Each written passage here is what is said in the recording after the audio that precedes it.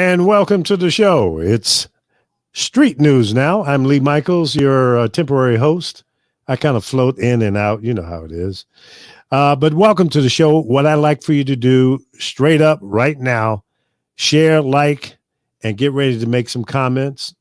We need you to participate in the show. And we can see your comments when you write them into the chat room. It'll pop up on the screen. And if I like your comments, I'll put it on the air. That's how it works. Simple.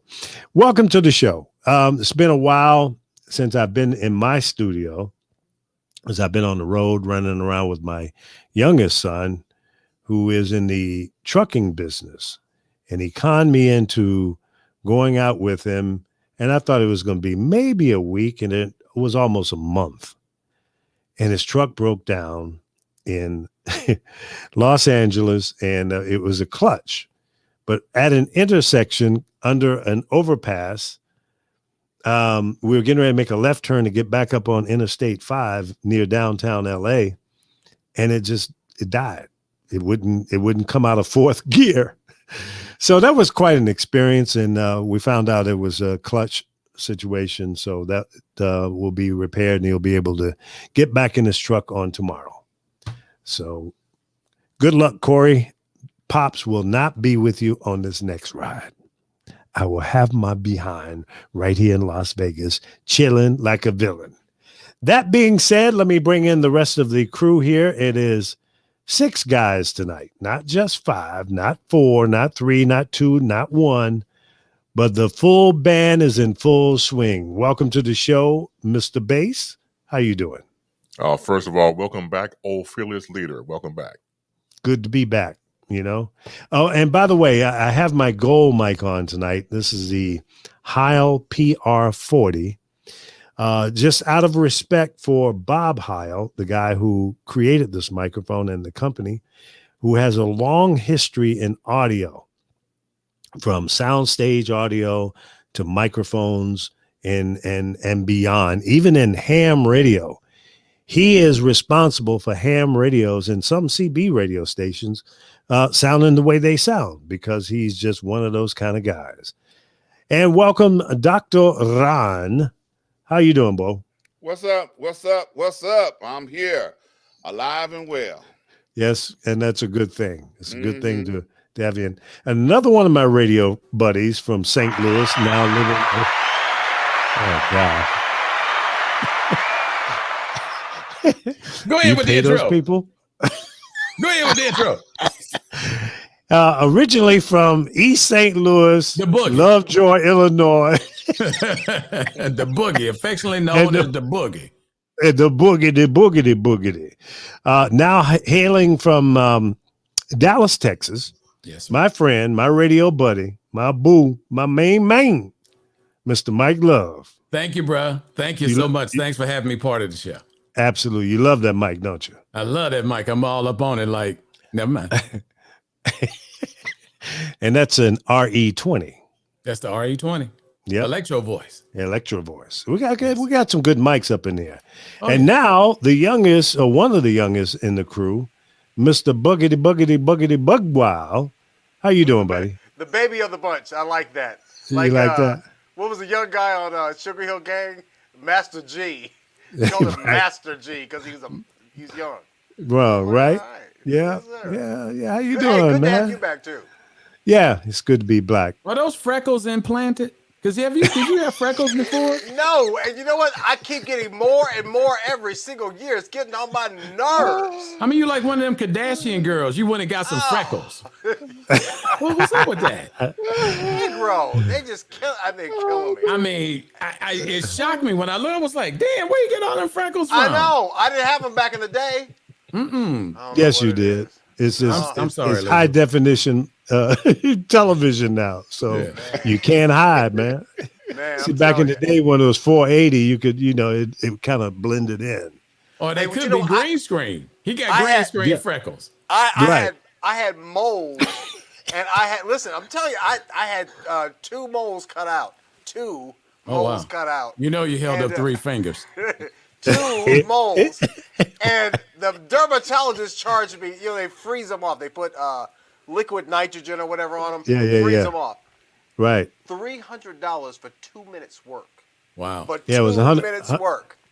You ought to be used to that, bro. Ron? $300 for 2 minutes work. Wait a minute. We Ron? got before we get too far. Let's Wait a minute, get the Ron? professor in there because I know he want to get a piece of this action. Hey, Ron, would you write down on the notepad that Buck can't fucking count? Okay, just Hey. Yeah, we need to engrave that in stone. Man. I'm sorry, Professor. No, everything's good, man. It's good to see you guys. Glad to be back. Yes, sir. Whoa. What's up? Yeah. I've been on this. I've been on that world's largest stepping thing, and it's been going crazy for the last week. All right now. Yeah, it's been going crazy. And let me get myself situated in here. We back in school and all this old kind of stuff, and it's been just amazing. It's just been amazing for me. So I feel good. And as always, how's your funkin' teleki? Last I checked, it was okay. All right. How's Yep. your realization of the reality of listen, I'm gonna get one of them Funkadelic albums and I'm gonna come on and I'm gonna just start reading the liner notes. And Let me know what day that is, okay? now you're Lee, gonna did be you- here when I do it, because that's gonna be specifically designed for you. Lee, I got a question. Did you ever tell the professor, since he's a funketeer, about Dr. Jockenstein? I don't know if he heard knows of it, anything about him. I heard 'Cause he- it, brother. Yeah, Have he was you- named by George Clinton. He used to be Touche the DJ, and then he That's went on right. tour with them as their stage announcer, and he came back as Dr. Jockenstein. So whenever you, what's that word, pacificating or whatever it is, Pontificating. that's what I just said. Oh, yeah. Whenever you do that, don't let me. I'm gonna have to bring out my boy Professor Erwin Corey on y'all, man. Don't let me do that. No, that's too much for it. We're not that smart, so don't get too. Hey, but do you know? I just found a study on. I just found a study that somebody did on the funkadelic aesthetic, the intertextuality and cosmic philosophizing in Funkadelic's album cover liner notes. damn. They put it down. Somebody did a study on it.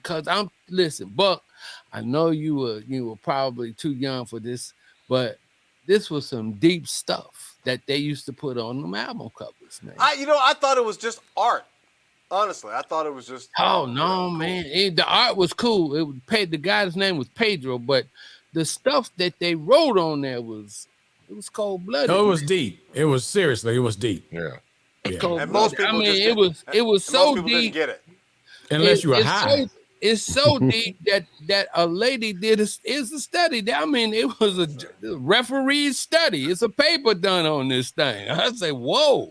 But It was a blueprint Professor, to being high. Go ahead, Well, Chris. right. You had to be high to understand at the same Yeah. time. But Professor was usually breaking down all those words. Remind me of the old skit from In Living Color with the two brothers in jail. I have to pontificate. Oh, I'm sorry. I have to That's defecate. it right there. Yeah. So but before you got to get into the crux. The crux. Right. Of what I'm talking about. The crux. Man, you Metamucil. I know. That's right. I'm about to release right now. I usually get pissed off. I'm sorry. Urination off. Yeah. Oh my God. Yeah. What's Gloria talking about, Lee? We're playing the name game, I think. Understood. Okay. So now let me give you a FYI.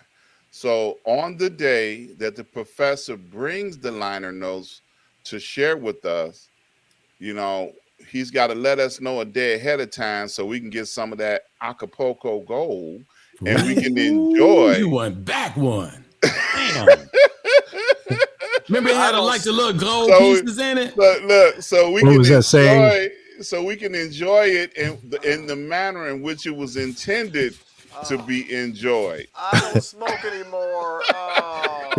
The saying was Acapulco Gold, some badass weed. So those notes on the album cover were specifically designed after you got through rolling your joint on an album cover. Then you start looking down and you saying, oh, okay. You know, then you start reading this stuff and you like, oh, wow, this some deep stuff. Deep right in, Jay. Yeah. Now I just heard about it. I really didn't. Oh, yeah. Just asking for a friend. We understand. Yeah. I was there when it happened. Okay. You know, yeah. Don't admit to too much, because some things they can come back to get you even 20, 30 years later. And this For is real? Well, is he gonna be alive 30 years later? How are you gonna be 80 years, 90, 100? I don't know. Hey, look, speak for yourself, man. I plan on being here, brother. hey, you know what? No, seriously, have you ever thought about that? Seriously, have all of you thought about that? Like, how old you really want to live to? I don't worry about that. Of course I do. Of course I do. I want to be as long as I can. I'm living this life to live again. So if he take me today, I'll see you on the other side. I get that. See you later. See you later, alligator. That's what I say to all my friends when they pass on us. I'll see you later, my friend. Yeah. And if I don't, that means we didn't go to the same spot. That's deep right there. That's deep. You went there. Did you smoke a joint before you started shit? No, I did enough in the 60s and 70s. Okay. I'm still residue. high. It's residue. The residue is resonating. Yeah. Wasn't it some, like back in the day, that they said that your body will store some in fat cells, and when your body finally does use the fat cells, you'll be high. You'll be high again. I mean, I don't know. Somebody under the influence came up with that bovine. Then it probably takes a long time. You know, it depends on how much fat you got. Yeah. You know what I mean? Or how much you smoke. Yeah. Or how much you smoke, exactly. Well, you take guys like Cheeks and Chong and Snoop Dogg. Not Cheech, but Cheeks. Cheech, yeah. That was a good one. I gotta go to the can. Yeah, he cracked himself up with that one, Jay. That was a good one. Go to the can, man. I gotta go to the can. Yeah. Yeah. Now, Jed said that was a lie about acid back in the day. Okay. Oh my God. Oh, it was a lie. I did not know that. I don't know about that. Those that survived the acid, they still fucked up. Yeah. Has anybody on the panel ever done any mushrooms? No, I've always wanted to though, but I just never. I don't want to. I don't want to be out of my mind, but everybody. No, I never did mushrooms. I wanted to do mushrooms, and you know what I also wanted to do was MDMA. Was it ecstasy? I used to hang out with these white boys back in the day, and they used to do the ecstasy all the time. But the problem was they always said, well, the ecstasy is mixed. It's pure ecstasy, what they call Molly now. But it's got a little bit of PCP, a little bit of LSD, a little bit of crack. I was like, oh, hell no. As a gumbo high. Yeah, forget all that. No. I just want the pure MDMA, which they call Molly now. Just pure whatever the base drug is. I mean, do you still have a desire to get high? Not really. Yeah, I mean, I'm over it. I don't. Yeah. I don't. I mean, I'm over it. Yeah, I'm glad I'm over it. Now, I mean, I like the buzz. I mean, I drink some alcohol. As a matter of fact, I put a little Bailey's in my coffee before the show. I just like a simple buzz. Just I don't want to be high anymore. Every once in a while, if I go home to California where it's legal, then I may stop at the store and get an edible or something like that. And California is the only place where it's legal? No, that's the only place I go. I just thought I was going to say, wait a minute, did they take that back from all the other states that it? Okay, I was just checking. It's showing legal in Georgia. 17 states are better now. Yeah, 17. Wow. Yeah, I had read in the study something that reefer smoking causes the amotivational syndrome, and it makes people stutter. Wow. I never stuttered when I was high. Oh, well, that's well, how'd you know? That's a great question. I'll get back with you on that. Next question, please. It's not like he was asleep, Lee. Come on. And you know that time when you thinking, been high, right? And you thinking to yourself and you start talking, I want to cuss, but I ain't. You start talking the S word, and then all of a sudden you stop. You just stop. You just stop. And then you, well, was I finished? You going back. Did I finish saying what I was going to say? Yeah, because your mind is rushing so fast. And then I say that out loud?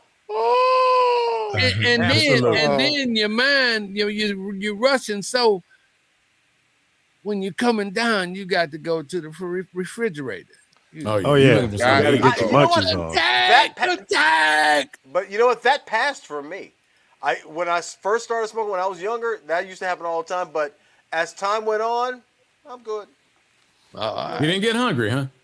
Nope. No munchies. And it might have also had to do with he can't remember. No, I was doing sativa, not indica. I wasn't a big indica fan, and I think the indica makes you sleepy and hungry, whereas sativa makes you a little bit more. I don't even know what sativa is. It's a different type. That means he's a professional. If he's at that level. Sativa is the up weed, and the indica is the stuff that makes you sleepy. I heard of the indica, but I had never heard of sativa. I thought that was two sisters. One me too. I did both of them. One was the dark one. Yeah, that's right. And that dark one wasn't nothing to be played with because she do everything. That red bone, she real, no, you're gonna mess my hair. Don't do that. But that dark one, oh my God.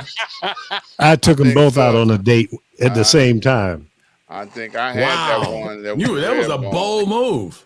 I was on the wild side. Yeah, that's bold right there. Now, let me throw this as a public service announcement, okay?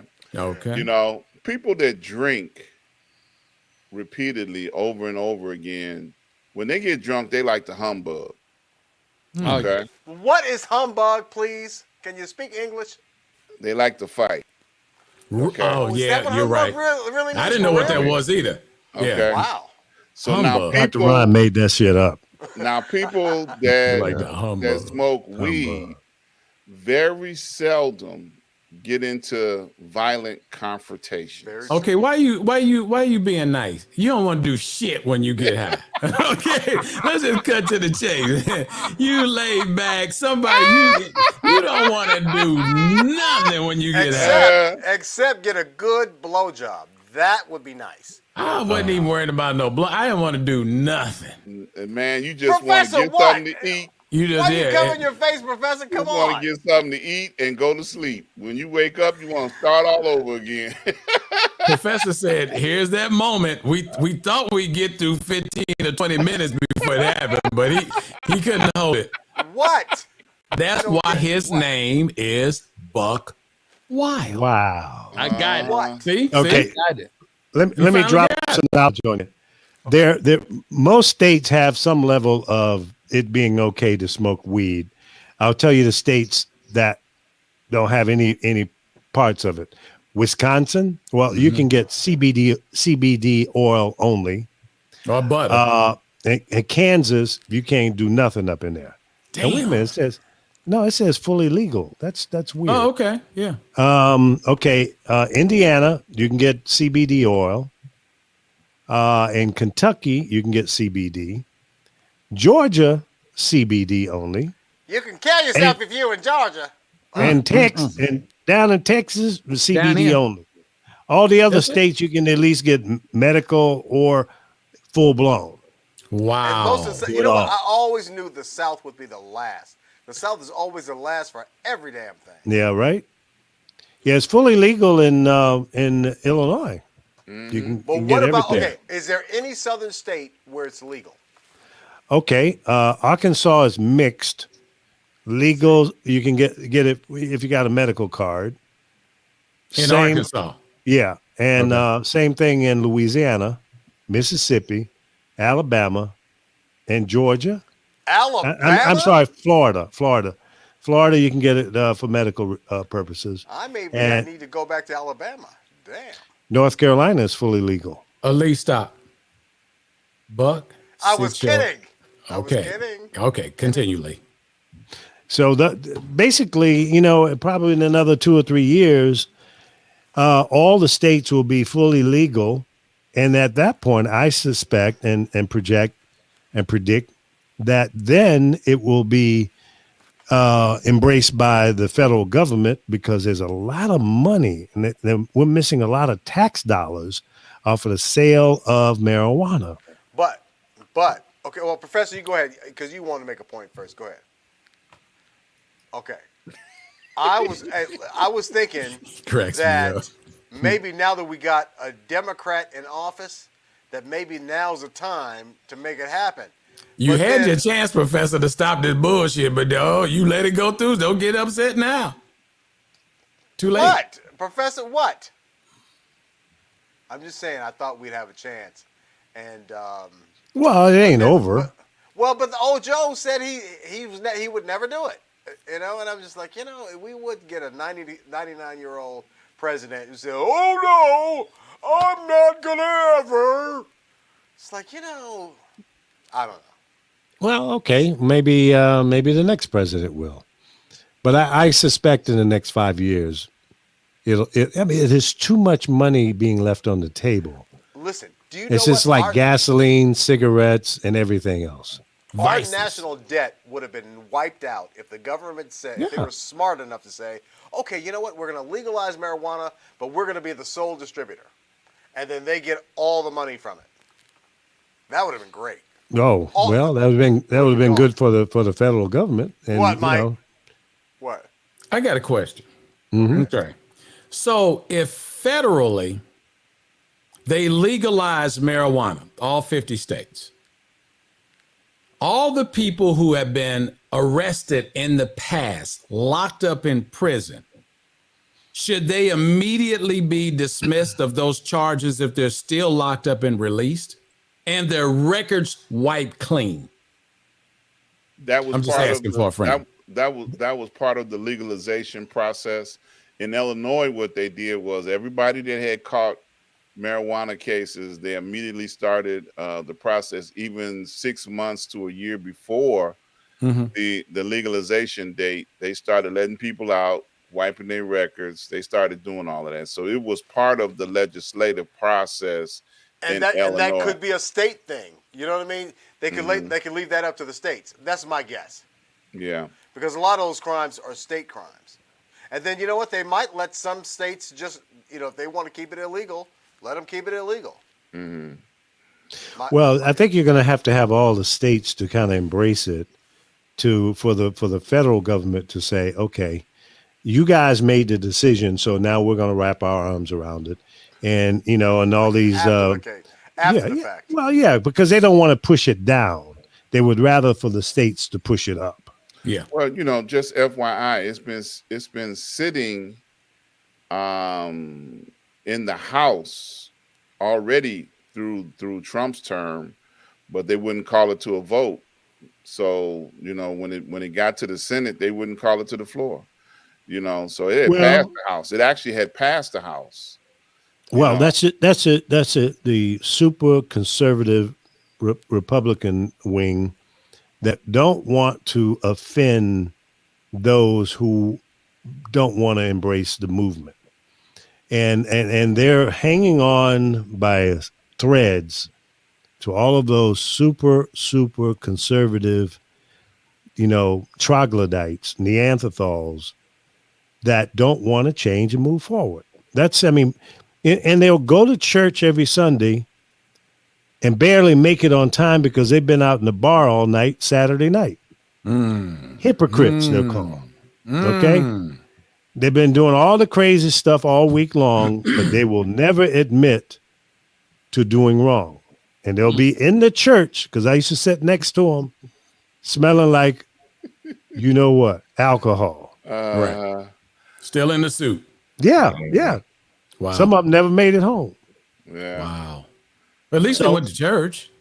Well, yeah, yes. that's the hypocrites, but hey. If I got that drunk, I didn't go to church. And I only got drunk about 3 or 4 times in my life. I've only been drunk once. Times a month. I was like, okay. Yeah, I don't like the feeling of being drunk. No, me either. Well, you know what?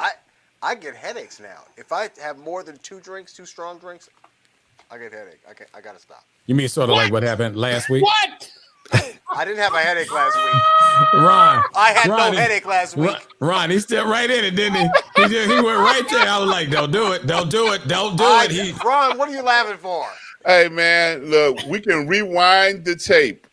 Let's go to the tape. Let's rewind the tape, nigga. I was like, no, Buck, no. He was like, I'm gonna step right in this. Yeah, Mike set the hook and dragged him in. Oh my God. He set the hook. Oh, I had that was a 3-way hook. I had 1 drink last week. Right. Man, look. At this point, explanation not was necessary. that 1 gallon? One drink. 1 gallon. Thursday that you have showed up, you had a drink. So what the hell are you talking about? Having a drink and being drunk is 2 totally different things. I don't think you know the difference anymore. I don't think you know the difference anymore. Drunk or drinking. And Mike, what is that in your coffee? What? Oh, I got Bailey's in here, but I'm okay. See, I won't disappear about 30 minutes before the end of the show. Dude, you just was gone. I had work to do. Yeah. Right. You just left. I had to be up at 5 a.m. Dude, we family. We family. Wait a minute. Jazz said, Buck, you ghosted us. They're like gone. I didn't want to make a big deal out of it. I'm like, let me go ahead and be quiet. Let me go ahead and quietly tap out. Wait a minute. And okay. Jed is a loyal fan to this show. Okay? Oh my God. And Jed said you ghosted us like he on the panel. I mean, gone. Okay. Right. Emoji pops up on the screen and it's like, okay, what? Yeah. Okay, honestly, I had seen other people do that before. I'm not mentioning any names, Lee, but it is your show. You can do what you want. So I figured the best way was just to not to draw attention to myself. Just be real quiet. And just fade to black. What? Fade to what? Don't put it on me. Don't put it on me, bro. Don't put that on me. See, hey, I had connection problems. Yeah, but that's why I dropped out, because I was on the road trying to bring myself in through a cell phone, and when you in Jiblipi, Mississippi, and hey, leave Mississippi alone. I was born there, homie. Okay, well, y'all ain't got your internet connections ain't too good in New Mexico and Southern Arizona. It's not so hot. Yeah. Go ahead, Chris.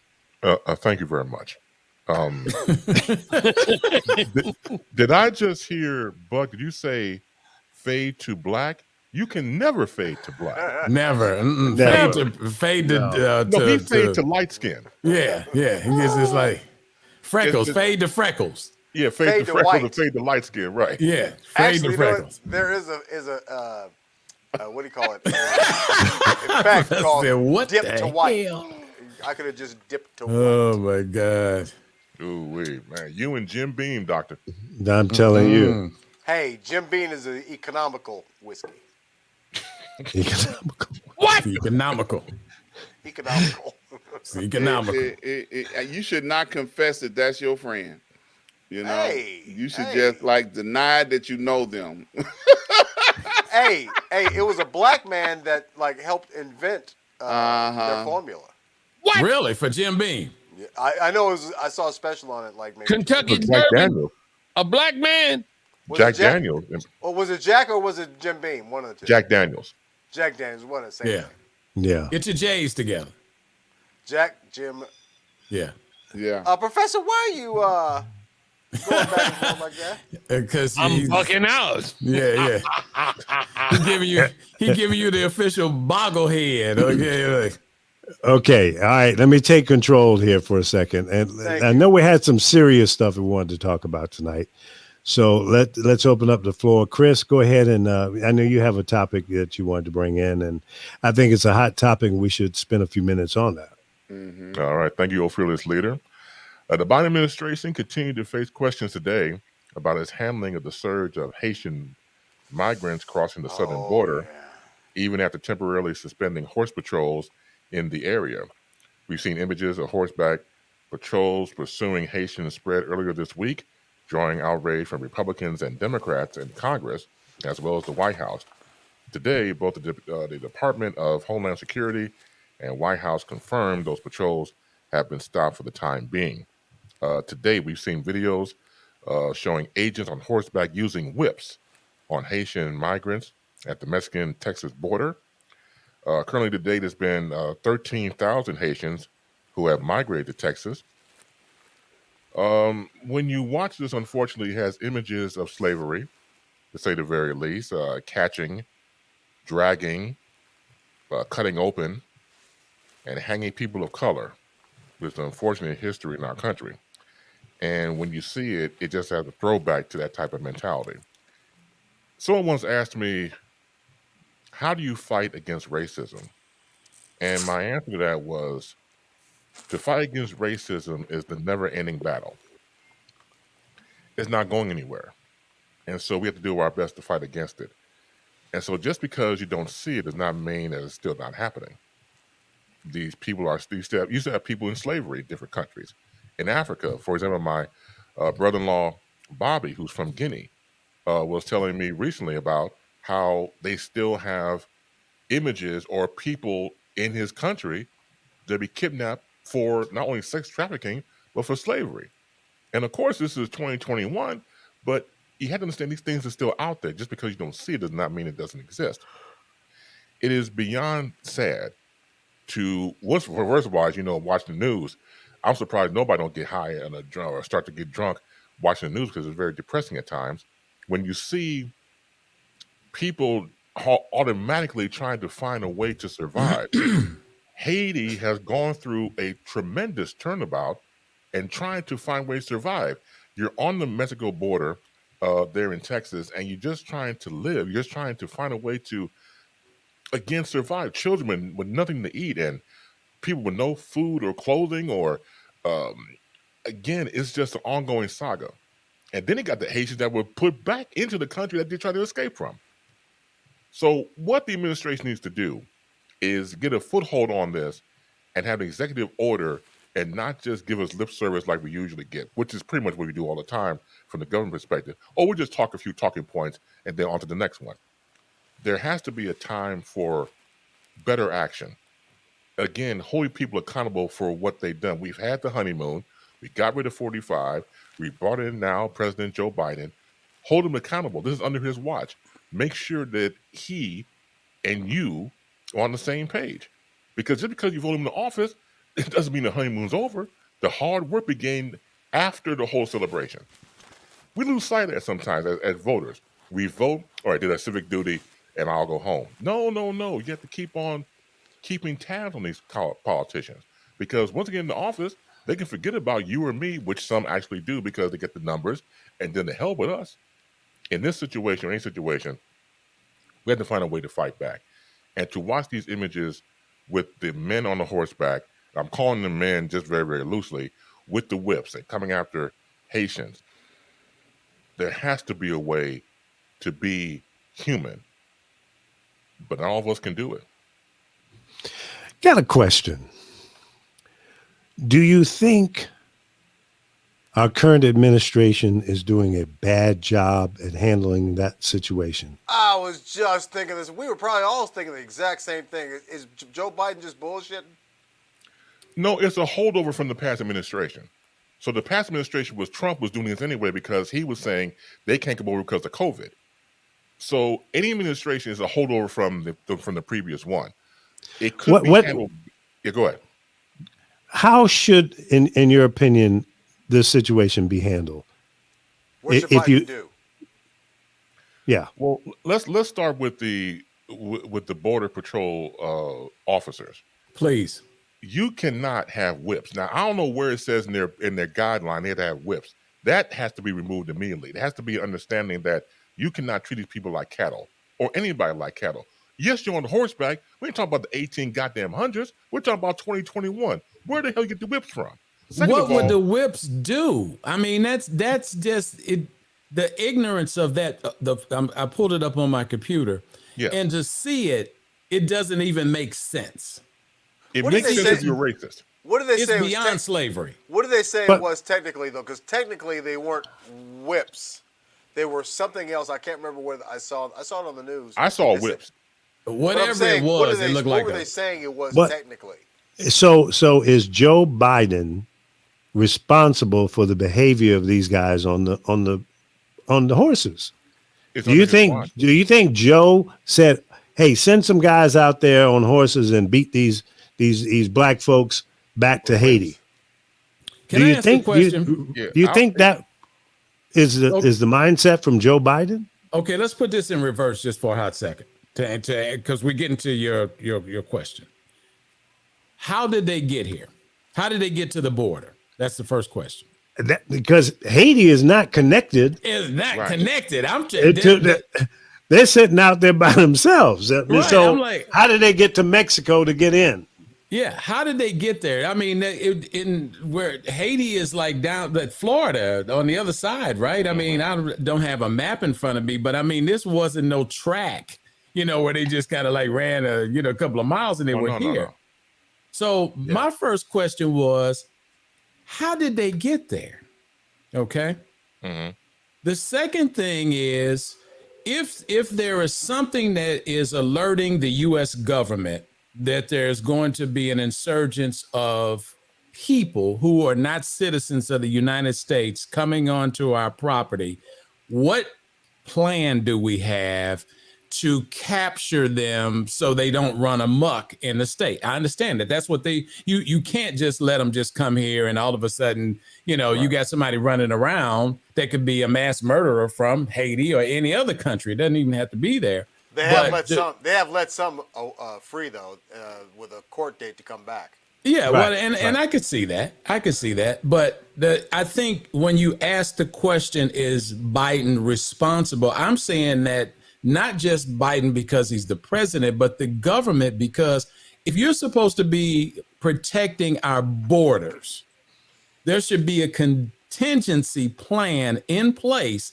that says, this ain't the first time it happened. We had people doing this for the last 6 months. There have been different races of people from other countries trying to get into the United States.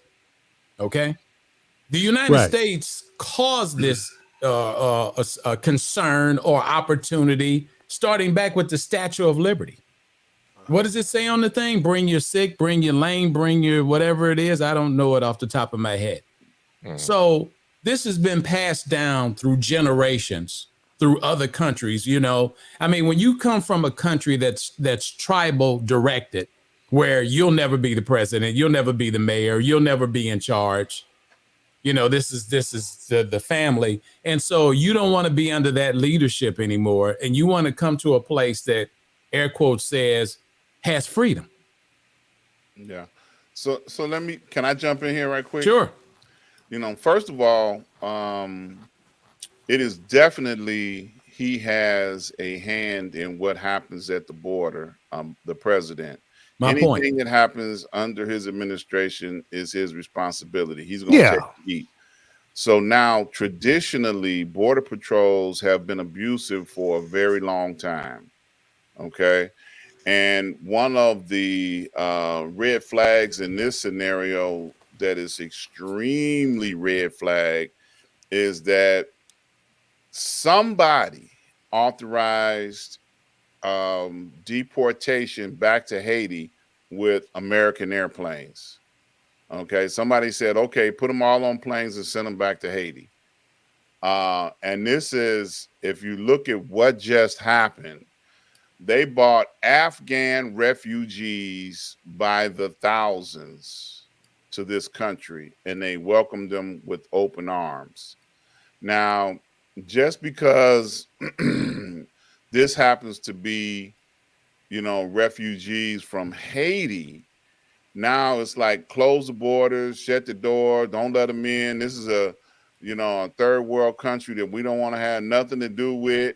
We don't want them in here. And after social media shined the light on this scenario and put them on spotlight, on blast, as you might say, then, all of a sudden they stopped the planes going back to Haiti. They started allowing people in to this country with citations to show up in court so that, people can find out where they are and what they're doing once they get here, which is what they should have been the protocol all along. Nobody should have released Border Patrol on horseback to go down and abuse these people, because that's a violation of human rights. Period. Okay. And of course, the last administration endorsed the violation of human rights, and because that they let so many Afghans in this country, that sent a mixed message. That sent a lot of mixed messages. So however they got into Mexico and were able to slip to the border, it's like Haiti has been an abused country for a minute now. Centuries. Yeah, but I'm telling you, Ron, you said such a good thing though. When just yesterday, when I saw the news story where they're talking about, they're showing all these Afghans getting on planes and coming to the States, and they're talking about, oh, if you want to employ an Afghan and help with their looking for people to help Afghans out and blah blah blah. I started thinking, what about the Haitians? Why do they have the same attitude towards the Haitians? I don't get it. I was thinking the exact same thing, Ron. That's so on point. It's like, yeah,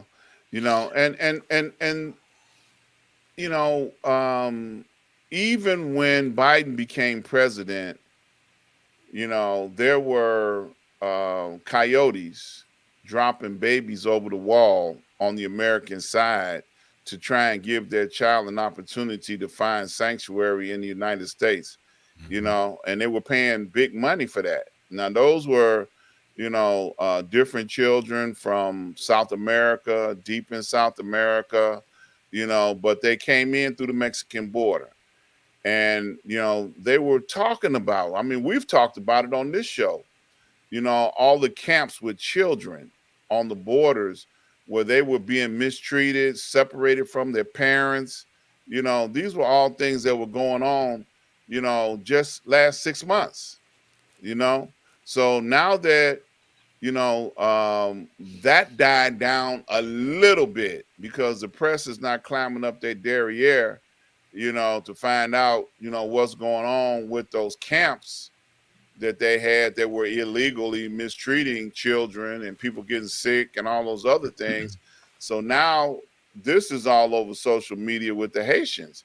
And now they've recently, earthquakes, they've had, their president killed, publicly, they've had, gangs have taken over on the ground in Haiti to the point where nobody is safe. Right. So to try and flee from that, man, that's however they got to Mexico, I applaud them. That's just my opinion. I applaud them.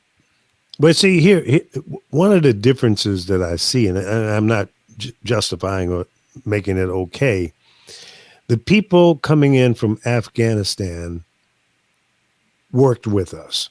Right. I was going to say that earlier. Okay. Yeah, they were part of that contingency right. Yeah, they were spies or whatever they were doing. Working. Yeah.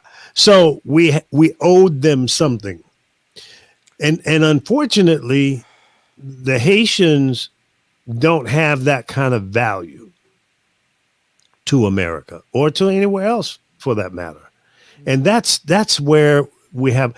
What about the kind heart, the open heartedness of America? All of us are immigrants of some kind. Why do we? Not by choice, of course. Well, of course.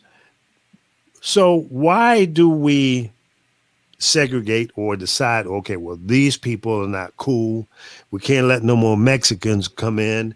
We can't let the Haitians come in, but Cubans in Florida, there's a wet foot, dry foot law or rule. Are you guys familiar with that? Somewhat. Okay. If you come in from Cuba and you get on U.S. soil, you're safe. Mm-hmm. You're in. And that's it. They catch you out in the water, you got a problem. Yeah, but if you you got a make problem. it to the U.S. land, you're safe. You're in. And that's So only for Cubans. Only for right. Cubans. Yeah. Exactly. So Haitians come in by boat or whatever. They get here, they get turned around. And they're coming here for the same reasons that the Cubans are coming here, the same reason that the Afghanis came here, people from Iraq and Kuwait and everywhere else in the world. So in my mind, my opinion is we need to have one set of rules and laws that is applicable to everyone. That ain't gonna happen though. But do you know how hard that is? Yeah. You know how hard that is? Just do it. Professor, go ahead. No, I was good. I was agreeing with Buck. Yeah. You know, and I do too. But here's the point I want to make. About this time last year, North Korea and Korea had a problem. They were trying to come in. And I mean, they see, the thing of it is, this only happens to us because we have empathy to a certain degree. We're challenged within ourselves that we have some cold-blooded people who say, you know, to block them out. And then we have others who have empathy and say, well, let's take the children. Let's create the sanctuary city. Let's try to find a parent. Let's try to match them up. Let's involve the Red Cross. Any other country, Russia, North Korea, any of them places? No, you're dead. No, they're not kicking you out. You're dead. You cross that border. If that had been any other country, you cross that border, they wouldn't be whipping you with whips. You'd be dead. There would be dead bodies laying there. They shoot them like on they take them out, and they're in control of the media, so this doesn't happen. You don't see it. See, you don't see that when it happened. Like I said, about this time last year, there was an invasion in North Korea, Japan, one of the Asian countries, and they came in and I mean, took them out as soon as they came in. We never saw a foot of video. Yeah. Yep. Doesn't exist. It doesn't exist. We never saw it. They don't have empathy. When you cross that border, you might as well cross your heart to die. So are you suggesting that's the way we should be? No, I think that's why we have these problems, because we can't figure out what to do. You know, we keep trying to come up with these things because we end up, and all of this goes back to slavery, because America knows deep down inside that they made that mistake. They don't want to make that mistake again. So they try to make excuses for how they're going to handle it. This is how we're going to handle it. Let's come up with laws, and then we got a legislative, jurisdictional, president, executive branch. They try to put all these things together to try to come up with some kind of way to justify law as the reason. Now, hold on a second. You don't think that it's because the whole foundation of this country is open borders? Well, it is open borders. Right, I'm saying that's how the whole country was founded, from a whole bunch of people fleeing from Europe. That's what I said about the Statue of Liberty. That's why when I was trying to quote what it says on the Statue of Liberty, and you got people's. Where does slavery fit into it, though? That's what I'm saying. There you go. Well, the slavery part. Not saying it doesn't. Well, saying it doesn't. I know exactly where you're coming from. What happens is it's all about the treatment of another human being. Slavery showed a mass disrespect of humanity, right? Human life, and human dignity. That was human dignity. Yeah, you hit it on the head. That's exactly it. So when you stole something, and when you committed a crime, when you've done something, and then you're saying, I didn't mean to do it, or I didn't do it. America has always been challenged for centuries of things that they've done, and just tried to say, we didn't do it. It wasn't us. It happened because, it doesn't work. And so they can't find a way to control it because once again, you just said it. You had the borders open. You created who gave us the Statue of Liberty? France? France. Because they thought it was the honorable thing to do. Here's the Statue of Liberty. This means that you can go over here. I mean, think about this, the city of New York, all the different races of people who came into those boroughs that lived there, that came from all over the world into this. I mean, you could put 2 or 3 countries inside of Texas, the size of New York, and they're all squeezed in there. Yep. But not to take up a lot of time because we're a team to talk about these things. I just think when we see these, I think that America can't come up because you can't play both sides of the fence. Jerry pointed out something interesting about Haiti, about being 2 different Haitis, very much a class system where a large part of it is the poor people, and then the rich people live up in the mountains. Good point about you. I've never been to Haiti. I've been to the Dominican Republic, and I know that they're on the same island, and I know that the Dominican Republic, it's not poor like Haiti. Haiti is just like, wow. I mean, it's a trip. There's a lot of Haitians, obviously, in Dominican. Yeah. Let me throw this out there too. I want to, because I noticed in the chat room, especially Jerry in particular, about the whole whip comment when it comes to the border men on horseback. Now, I'm just paraphrasing on the lines of, well, I didn't see any whips. So you look back at the still pictures we've seen or the videos we've seen of the horse reins from, of course, the horse and the whole thing, the saddle. You see how long those reins are. Mm-hmm. Who's to say you can't use that as a quote unquote whip? Which was why you got the whip comment. Right. So it may not be physical whip like Indiana Jones whip, let it whip type of thing. No, we're talking about using the reins of a horse as a weapon towards people of color in the situation with the Haitian migrants or anybody else. Because back in the day, if they had a whip, or they could use the reins to string up the person, drag them on horseback before they were able to hang them. Mm. Now, the guys on the horse, were they Texas Rangers? Were they Border Patrol? Who are these people? To my knowledge, they're Border Patrol. Okay. Yeah. Let me throw this out there right quick. Buck just said something a little while ago about Dominican Republic and Haiti sharing an island. It makes no difference where you go in the Caribbean. Haitians are treated like the armpit of the world. They get no respect no matter where they go.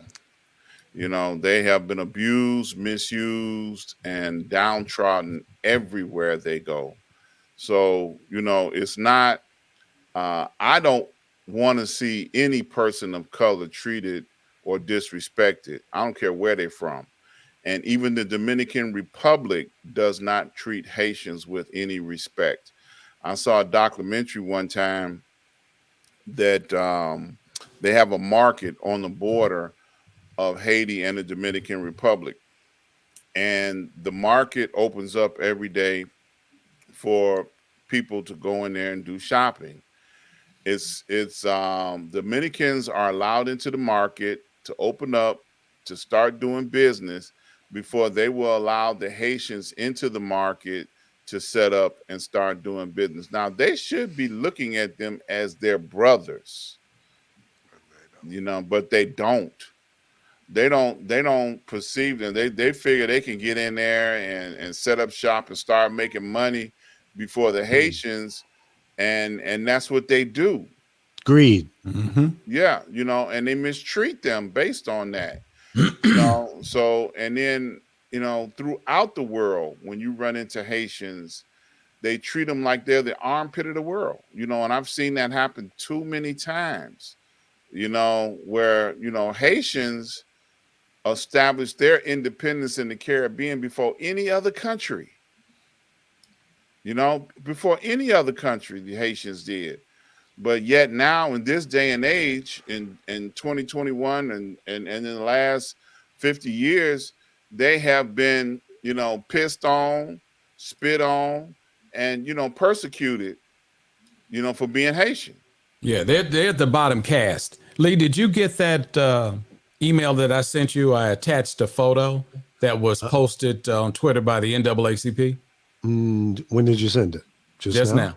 Oh, okay. Let me pull it up. If you can pull it up and post this, I think that'll go back and answer, about this whole thing about the whip being seen. But you're absolutely right, Dr. Ron. And sometimes people play this kind of follow the leader role. Well, if they treat them bad, why don't we treat them bad? Mm-hmm. And that's what it is. I mean, you never hear anything endearing said about Haitians. No. Mm-hmm. And It's almost when you say it, it's like a curse word. If you've ever known any Haitians, some of them are just the nicest people. I went to college with my very first Haitian person that I knew, a guy I went to college with. One of the smartest guys you ever met in your life. He was just a really good guy. And I dated a Haitian woman once. She was awesome. I believe it. I mean, people are people. Awesome. The thing of it is, but once again, I think the biggest problem that we run into as far as the America is concerned is we've made mistakes that the country has made mistakes, let me say this, in the past, and they don't know how to correct it. And it's unfortunate when our leaders are operating in a moment of fear. That's how it appears to me. It's like, what do we do? Because whatever we do, we're going to get criticized. Like, Professor, were you about to say something? Okay, let's hear it. You've been quiet for a while. now this is just. I mean, if these people didn't have this darker hue, if they were hued differently, I think the conversation would be different. But since they have a darker hue, they gonna get the worst of whatever. They're gonna get the worst of whatever. That Hugh says savages. Yeah, I mean, in the minds of others, and then Yes. and then in regards to this health situation, all of a sudden, they're gonna bring all. It's always gonna be gonna jump to the worst conclusions. But yet, how come they didn't get no? Where's the land? I know it's someplace where they could just put them all together somewhere. They was doing that. They did that against the Chinese. I mean, didn't they? Talking about in the States? Yeah, I mean, didn't they put them just somewhere and quarantine them? Weren't those crazy? Weren't those the crazy people situations? Didn't they do something instead of just having them whatever, making some type of camp or temporary whatever to put them somewhere? And like have a Guantanamo somewhere. Yeah. So when this happens, you're prepared. I don't want to say scoop them up, but you kind of scoop them up and say, okay, you violated our border rights. Here's where you're going to be. We talk to your government. First of all, we're sending you back. Or if you want to come into our country, here's what you have to have, or here's what has to happen. But I'm with you on that. So I'm looking at and then the community of Haitians here, I'm wondering how many of them have started these relief funds for them. And I'm looking at, I look at the TV, and when you late night, when you see the TV, you can always see these. Well, if you give $1, you could save a child. All we need is just $1. All we need is just $2 a month to save this poor child. And you got, in Africa and in some other places, but where's the relief efforts that are coming up for these people? Where are the relief efforts? What is the Haitian community doing themselves? Now, well, certainly, I would expect to see the Haitian community everywhere in an uproar, and doing things in a nice way, going to their different cities and say, hey, what are you all going to do to help our people? It was just like when that water situation was going on in Flint, Michigan. Next thing you know, everybody trying to send them fresh water. Right. Okay. So what are we doing for these Haitians? You know, Yeah, what are we doing for 13,000 people. Yeah, what are we doing for these people? You know, are we getting them food? Are they getting clothing? What are we doing for them? You know, but it's become politicized. You know, first thing they talking about is that we don't want them here. Well, you don't want them here because they have a darker hue. That's, there's no easy way to say that. If they had a lighter hue, it would, y'all would do some different things. But you have that darker hue. Well, some of the ones that are coming up from El Salvador and all that, they have a lighter hue, but they still have to go through the same kind of thing, don't they? Okay, that's good. I mean, that's good to hear that they're giving lighter hue. They're dealing with colorism when it comes to refugees. But see, there are a lot of people coming into America from all over the world. Russians, Israelis, French, and some of these smaller countries. But they're doing it differently. They're getting sponsored. Yeah. And the Catholic Church, for example, brings in a lot of people and get them established with families and what have you. So there are all kinds of ways, but people who are less fortunate, I was going to say money, don't have any other way of getting here but the wrong way. They're running away from a bad situation. Okay? They're fleeing away from bad government. They're coming here to be treated like humans. Yeah. They're looking for a better life. And most people who have come here from other countries came here for the same damn reasons. Absolutely. Okay? Same Italian, reasons. Yeah. French. The Jews. I worked for a guy, and everybody on this panel probably know the name, Egmont Sonderling. Yeah. Came over here during World War II. He was a German Jew. Okay? He came here, worked like crazy, and built up his little empire and ended up owning about 12 stations at one time. And he told me many stories about what he went through to get here and how tough it was. But he made it. He became a multi-millionaire. He sold WBMX in Chicago for $27.5 million. Okay?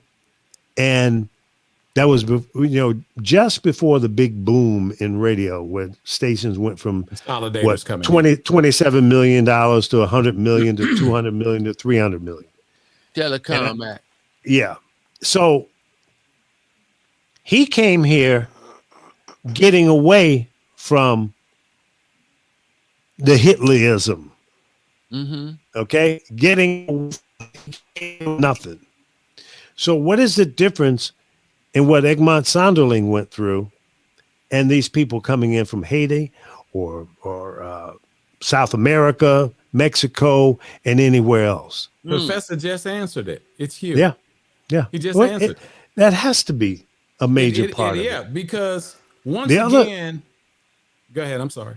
The other side of it is the political part, where the Democrats seem to be more open-minded and more welcoming of people that are less fortunate. But the Republicans don't want that. But if they were smart, they would embrace the concept of bringing new people here and make them welcome. Maybe they would get some new votes. That's like a double-edged sword.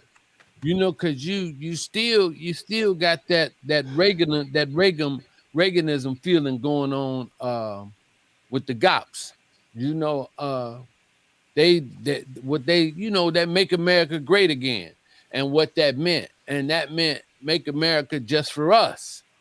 That didn't mean make the country great. That meant make America just for us. Turn back the hands of time. Yeah. But I want to go back to what the professor said, because I think that's paramount to the question that you're asking. When we talk about hue, see, if if a person, let's just be transparent here. You know, that's how I operate. I don't have any hidden agendas. If a white person's walking down the street, you don't know what nationality they are because they all look alike. They all have the same hairstyle. They all look alike. They're white. The moment a black person walks, it's the same thing. You don't know if I'm black, if I'm Haitian, if I'm African. But this hue says danger, Will Robinson. And the thing about it is, and this is what kills me, right? Because we're all hued man. We human beings. Yeah. And the basis of what that definition, we got people that will ignore it. Right. Totally. Folks that's what I'm saying. Ignore it. They ignore it because I don't know.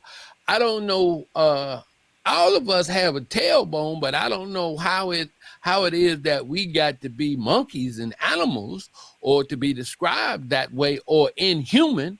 But people with the darker hue have always been considered that way. You could take, even when the French floated the statue over here, even from the earliest parts of the Constitution, none of that considered anybody with a darker hue. None of that was at all. None of it at all. Was she black? Was she white? Was she red? She was green. She was green. And that's my whole point. If Eggman walks into the bank, he's going to get waited on. They don't know that he don't speak plain English. They don't know anything, but they're going to, sir, how can I help you? But if Sidney Poitier walked in there and he's sitting there, they're all in the back trying to figure out what's the black guy out there for? Has anybody waited on him? Is it what's going on? How much collateral? How much collateral does he have? A whole bunch. They want to know why he's in the bank. They ain't even got that far, Professor. They want to know why he's in the bank. Is he going to rob us? The whole American, in the purse. Obama said it best about his grandmama clutching the purse. Yeah.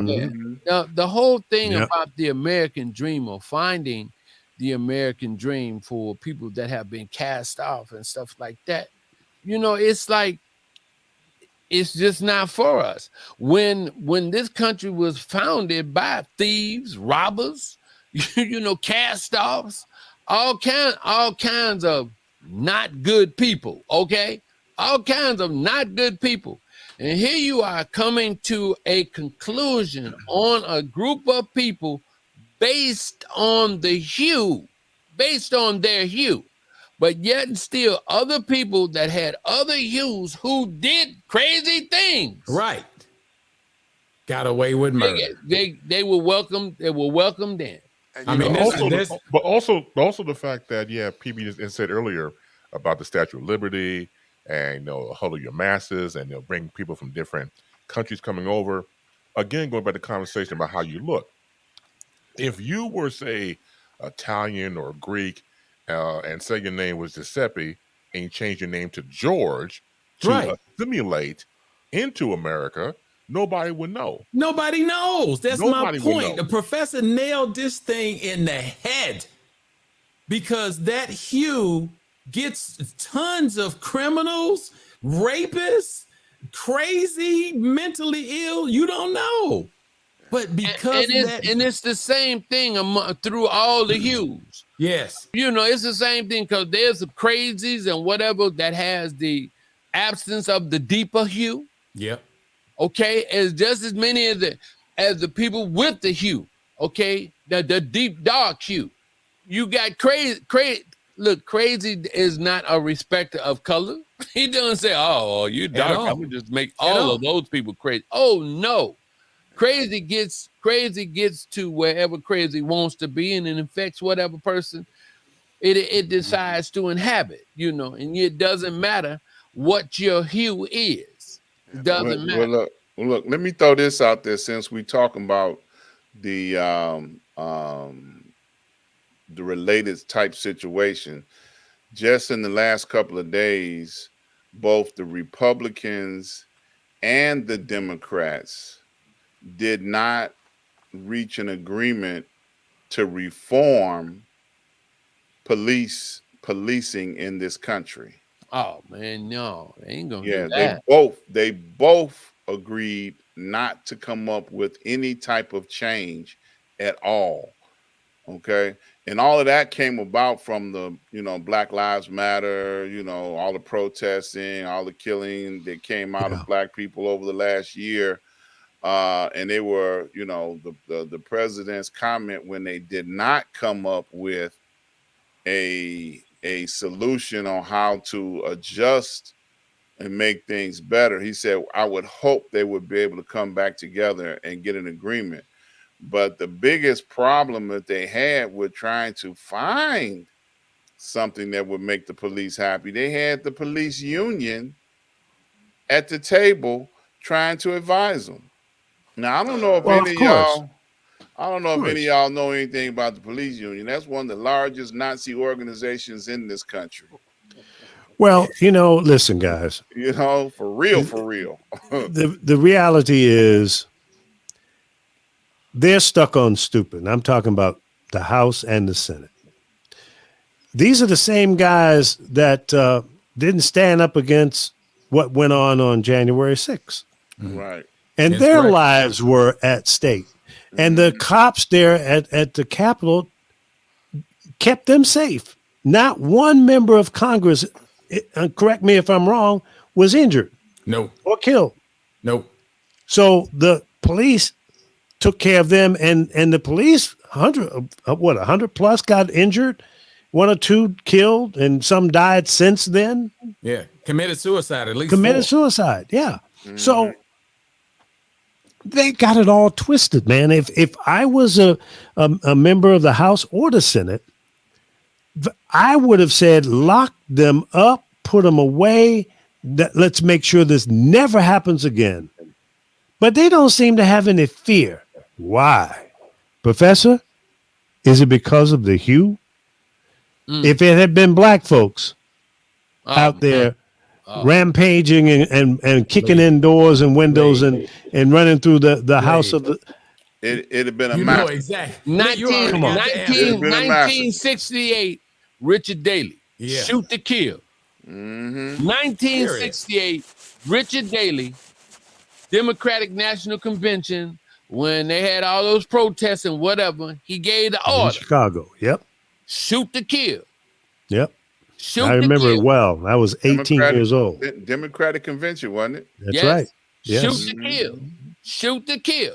Now you talking about in the city, but now you talking about a governmental institution. No order like that was the nation's capital. Yeah, the capital. I mean, where you don't, that's like holy ground. That's supposed to be holy ground. And they knew, okay, I lived in DC, worked there and lived there. I mean, worked there and had lived there. The capital city police are treated more like security guards than they are police officers. They are full-fledged police officers, but they're guarding all the Capitol properties. That's their whole thing. They're not responding to domestic violence calls, anything like that. They're making sure that the Capitol, the White House, anything that's federal government is where their attention is. Right. Okay. DC police takes care of all the other stuff. DC police takes care of everything else. All of a sudden, the House of the Constitution is attacked, which has never been done in the history of this country. They didn't have a blueprint of what to do. They didn't have a blueprint. So let's go back to the hue. The hue would have incited panic and we would have had a massacre. Absolutely. Absolutely. Yep. And more importantly, they knew shit was going to hit the fan, but it was sugar coated. Exactly. Okay? If the on the other side of the hue, and they allowed it in the name of freedom of speech. They allowed that. There you go. They allowed it. They allowed it in the name of First Amendment, freedom of speech, all that kind of stuff. But the only people that can do that is people on the lighter hue side. Okay, right. Yeah. And those lighter hues who committed suicide. If you sitting here and you've never known what it's meant to be attacked, these guys committed suicide because they had never been put in a situation like this where the badge and the gun didn't protect them. Yeah. Didn't mean, say it, Professor, didn't mean shit. Mm-hmm. They committed suicide. I mean, think about it. That's a fear. You would take your life. I mean, it scared them to death. So when that happened, and I'm not trying to be insensitive about it, but go on our side. Go on our side. If that made someone commit suicide, then imagine what it's like for us. And that's why we can't come to the table, because if you don't walk in our shoes to understand what it's like to be hated, what it's like for someone to classify you as something less than a citizen of this country. You know, with all the things that we have seen, certainly in the last 4 or 5 years, it really makes you, at least I feel, a bit nervous and concerned about the future of our cities, our counties, our states, our country.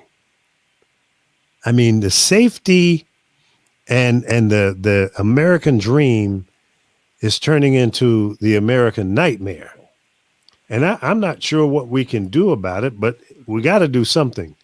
Now, Doctor, I was just going to say, what we're saying here, what everybody's saying here, we all know it's true, and there's really not a whole lot of the other side. I mean, it's pretty obvious.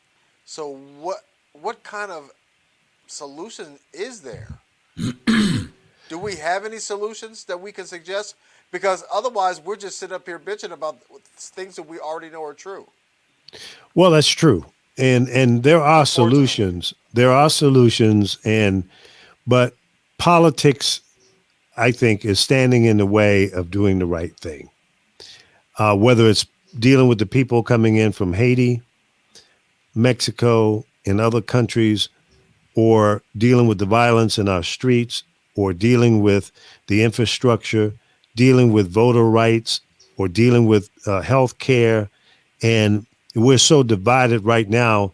And some people think that, you know, this situation with the virus that we're dealing with is man-made. Maybe it was. Maybe it got out of the labs and went wild. We don't really know. You can speculate, but the fact of the matter is there are solutions to many of the problems, if not all of the problems that we're faced with, but nobody wants to deal with it from a common sense, no bullshit, no politics level. That is the problem. Politics has gotten control of everything. And until we drop the politics and deal with humanity, and the professor talks about being human all the time, and he's 100% correct. Yeah, he is. But that has been lost in the politics and the rhetoric and the hate and the discontent, because the American white man is scared to death of what changes are happening, and he has lost control of it. And guess what?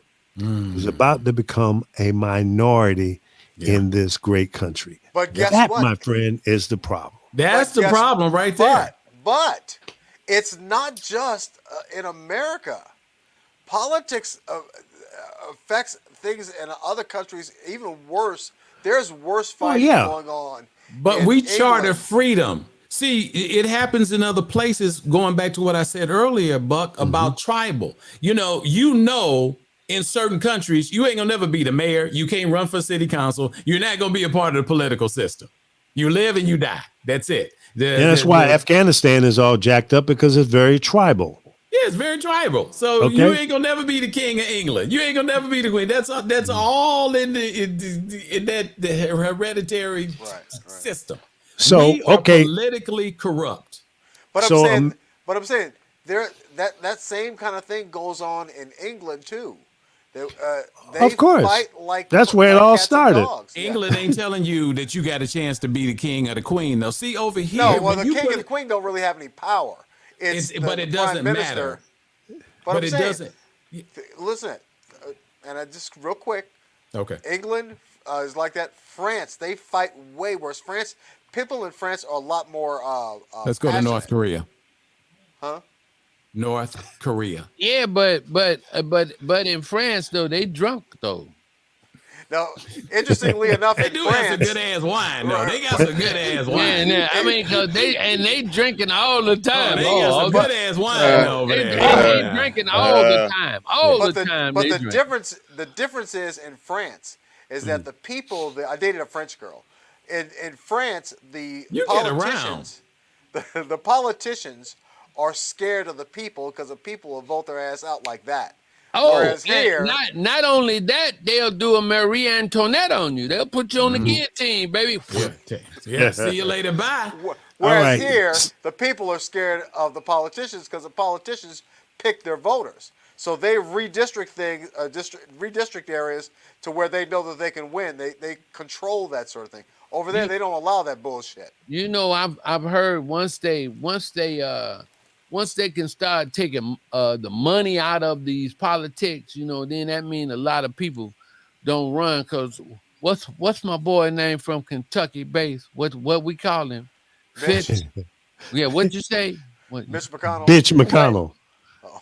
Yeah, that dude. I got a cold. Yeah. Well, the person in Kentucky, you got, you know, we need to start considering term limits.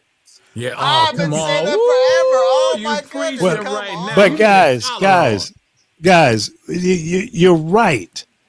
But ain't gonna happen. The people in Kentucky have had numerous opportunities to get rid of McConnell.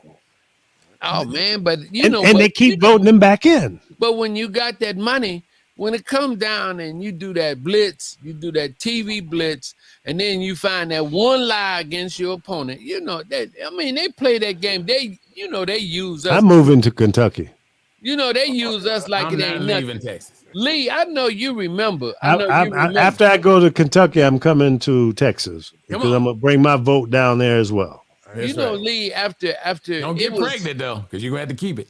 At one time, I'm already pregnant.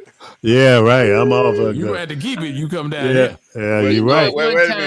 At one time, we the media, you know, we used to have to give both sides of the political story now. Yes, sir. But now that's big money. We're waiting for these election cycles now because everybody gotta pay. Yeah. Now, look, stepping back on that story from last week that Mike just brought up, this week there was a doctor in Texas that performed an abortion and then told everybody that he did it. It was a late term abortion. So he like, now what you gonna do? Now is he suing the state or the state is suing him? No. What they said, because now what was brought out on that story was the fact that there is no punitive penalty for performing that abortion. So now he just messed it up for everybody. Yeah. So what they were saying is it's up to a public citizen to sue him for perforing that. Please. Wait, you know they go. I was asleep. Well, you know that's a softball because you got these holy rollers down there in Texas. All you got to do is give them $50,000, and somebody will launch the lawsuit, or one of those crazy ass lawyers will do it. And it was two people that stepped up from the cheat seats. Garbage. Yeah, came forward and said, "Oh, we're gonna sue him for the fact that he did it." Right. At least they get the publicity. But it was. I was like, "Are you kidding me?" They put a illegal action out there with the public left to their own discretion to enforce. That's crazy. Yeah. Remember, I told you a couple of weeks ago, don't panic about the people was panicking about that. Oh, Abbott's crazy. Oh, they're gonna say, why are y'all panicking about that? Yeah. We understand. You don't want to. I don't want the killing of a child on my hands. I was adopted. Right. I could easily been aborted. I don't, and I thank God that He saved me. Me too. Yeah, and you too. Yeah. So I'm not an advocate for abortion at all, me either. but I think that we need some planning in place. Yeah. Yeah. Well, the doctor who performed it says he believes that it's that woman's right to be able to have it, and he performed it, and he wasn't ducking, dodging, sliding, doing it in no back room. He performed it in his practice, and then he told everybody, "Yes, I did it." Okay, but can I say something? Where was her rights when she opened her legs to let? Oh, there you go. I'm just asking a question for a friend. Hey, maybe the condom broke, man. I don't know. I don't know how she got pregnant. It wasn't by no spit. I can tell you that. You know what? No spit that made her pregnant. Because I'm down with the fact that it's a woman's right. You nasty. You nasty. Yeah, but I mean, we're playing around with it because we don't want to be disrespectful to women. You know, and if any women are watching this, I don't think anybody on this panel, my friends are all here. There ain't nobody here disrespecting a woman's right. The question is, I stand up for them. Yeah, we standing up for the right. We would get on this program and stay on here all night and cuss and fuss and do whatever we want to. This is our show. Okay, but the fact of the matter is, how does the right don't come in when it comes time for the abortion unless it's going to do some harm to you or the child? And we don't know the lady's medical history. There you go. We don't know all that. You know, and we don't need to know. That's her own. Right. That's her own private business. That's her personal. And that's her choice. Her personal agenda. All those in favor say aye. You know. Aye. But the fact that he owned up to it to challenge the fact that okay, you put this law in place and I just violated enforce it.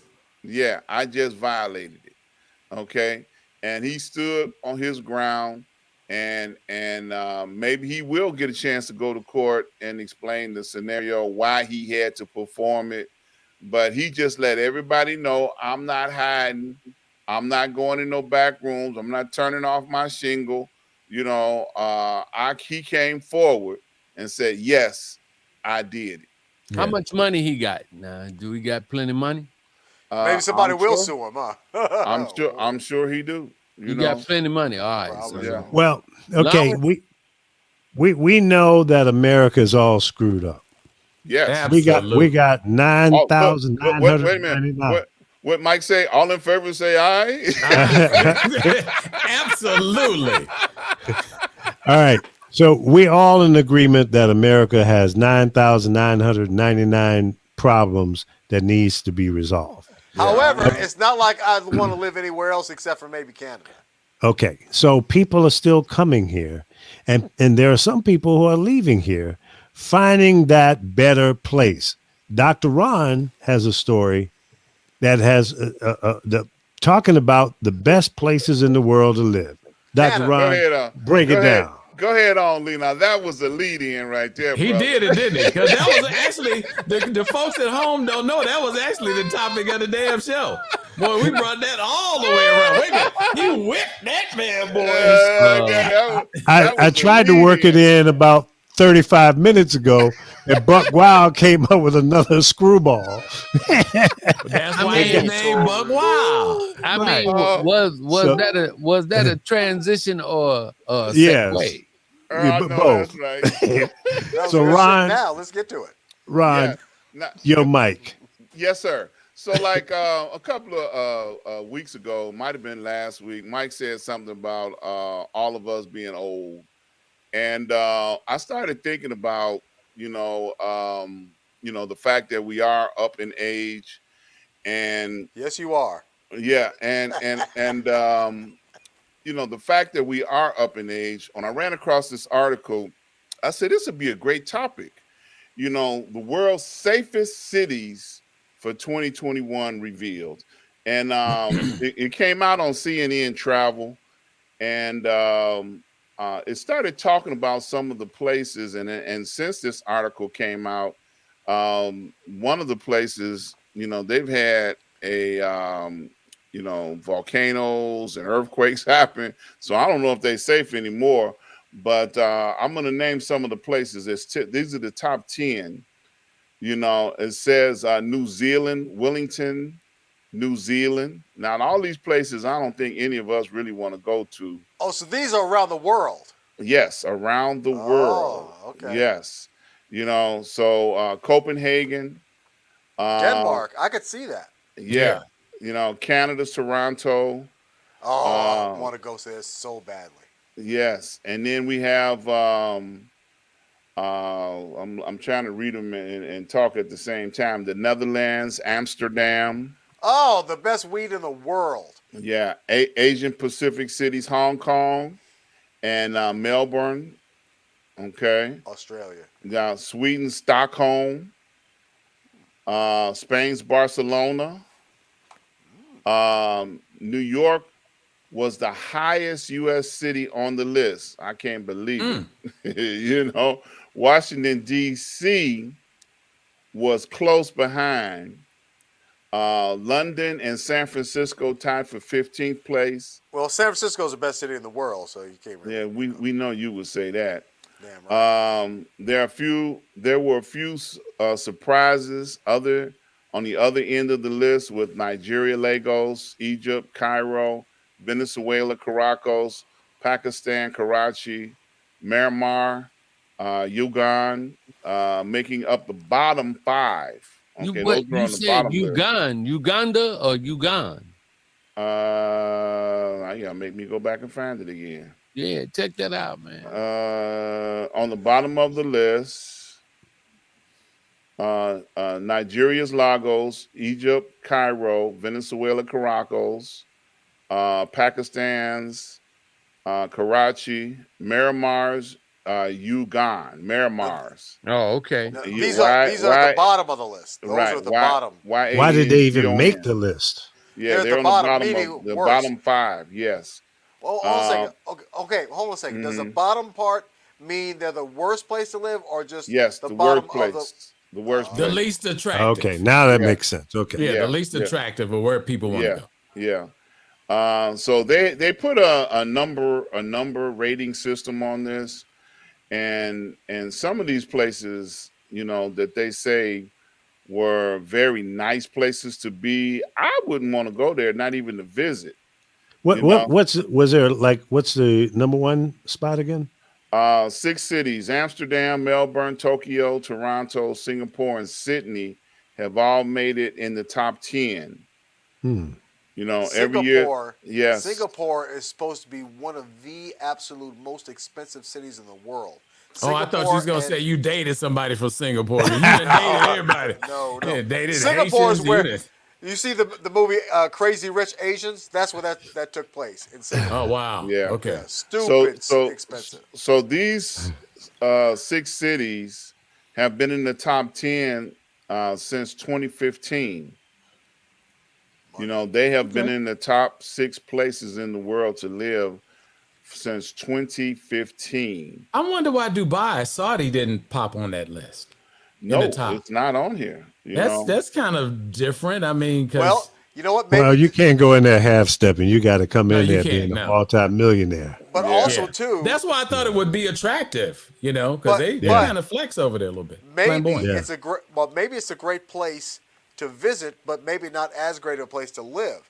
Like there have been several ads I've seen over the years for radio stations looking for talent to come over here and live in Dubai. And then they say, it's like $80,000 a year is the salary. And then you look at the cost of living there, you're like, $80,000 a year, I'm poor. No, you need a good agent to listen to, and let that agent negotiate that deal for you, and maybe they can negotiate the housing. Yeah, because housing is expensive. Yeah, my brother lives over there. He's trying to come back. He's waiting for his wife to retire. He went over before 9/11 to work for one of the oil companies at $130,000, and all the money goes into an American bank account with no taxes taken out. So nice. Let me throw this out, because all of these places that we're listing, would be, as the professor would say, places for people with less hue to want to live. Us being, on the other end of that spectrum, where would some of our ideal destinations want to be for retirement, which we would consider safe and want to be around.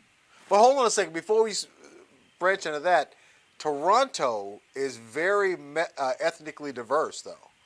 They've got a huge Asian population, a lot of black folks there. It's very diverse in Toronto. That's one of the reasons why. But I can't And no beautiful James women. Brown up there, so I ain't going.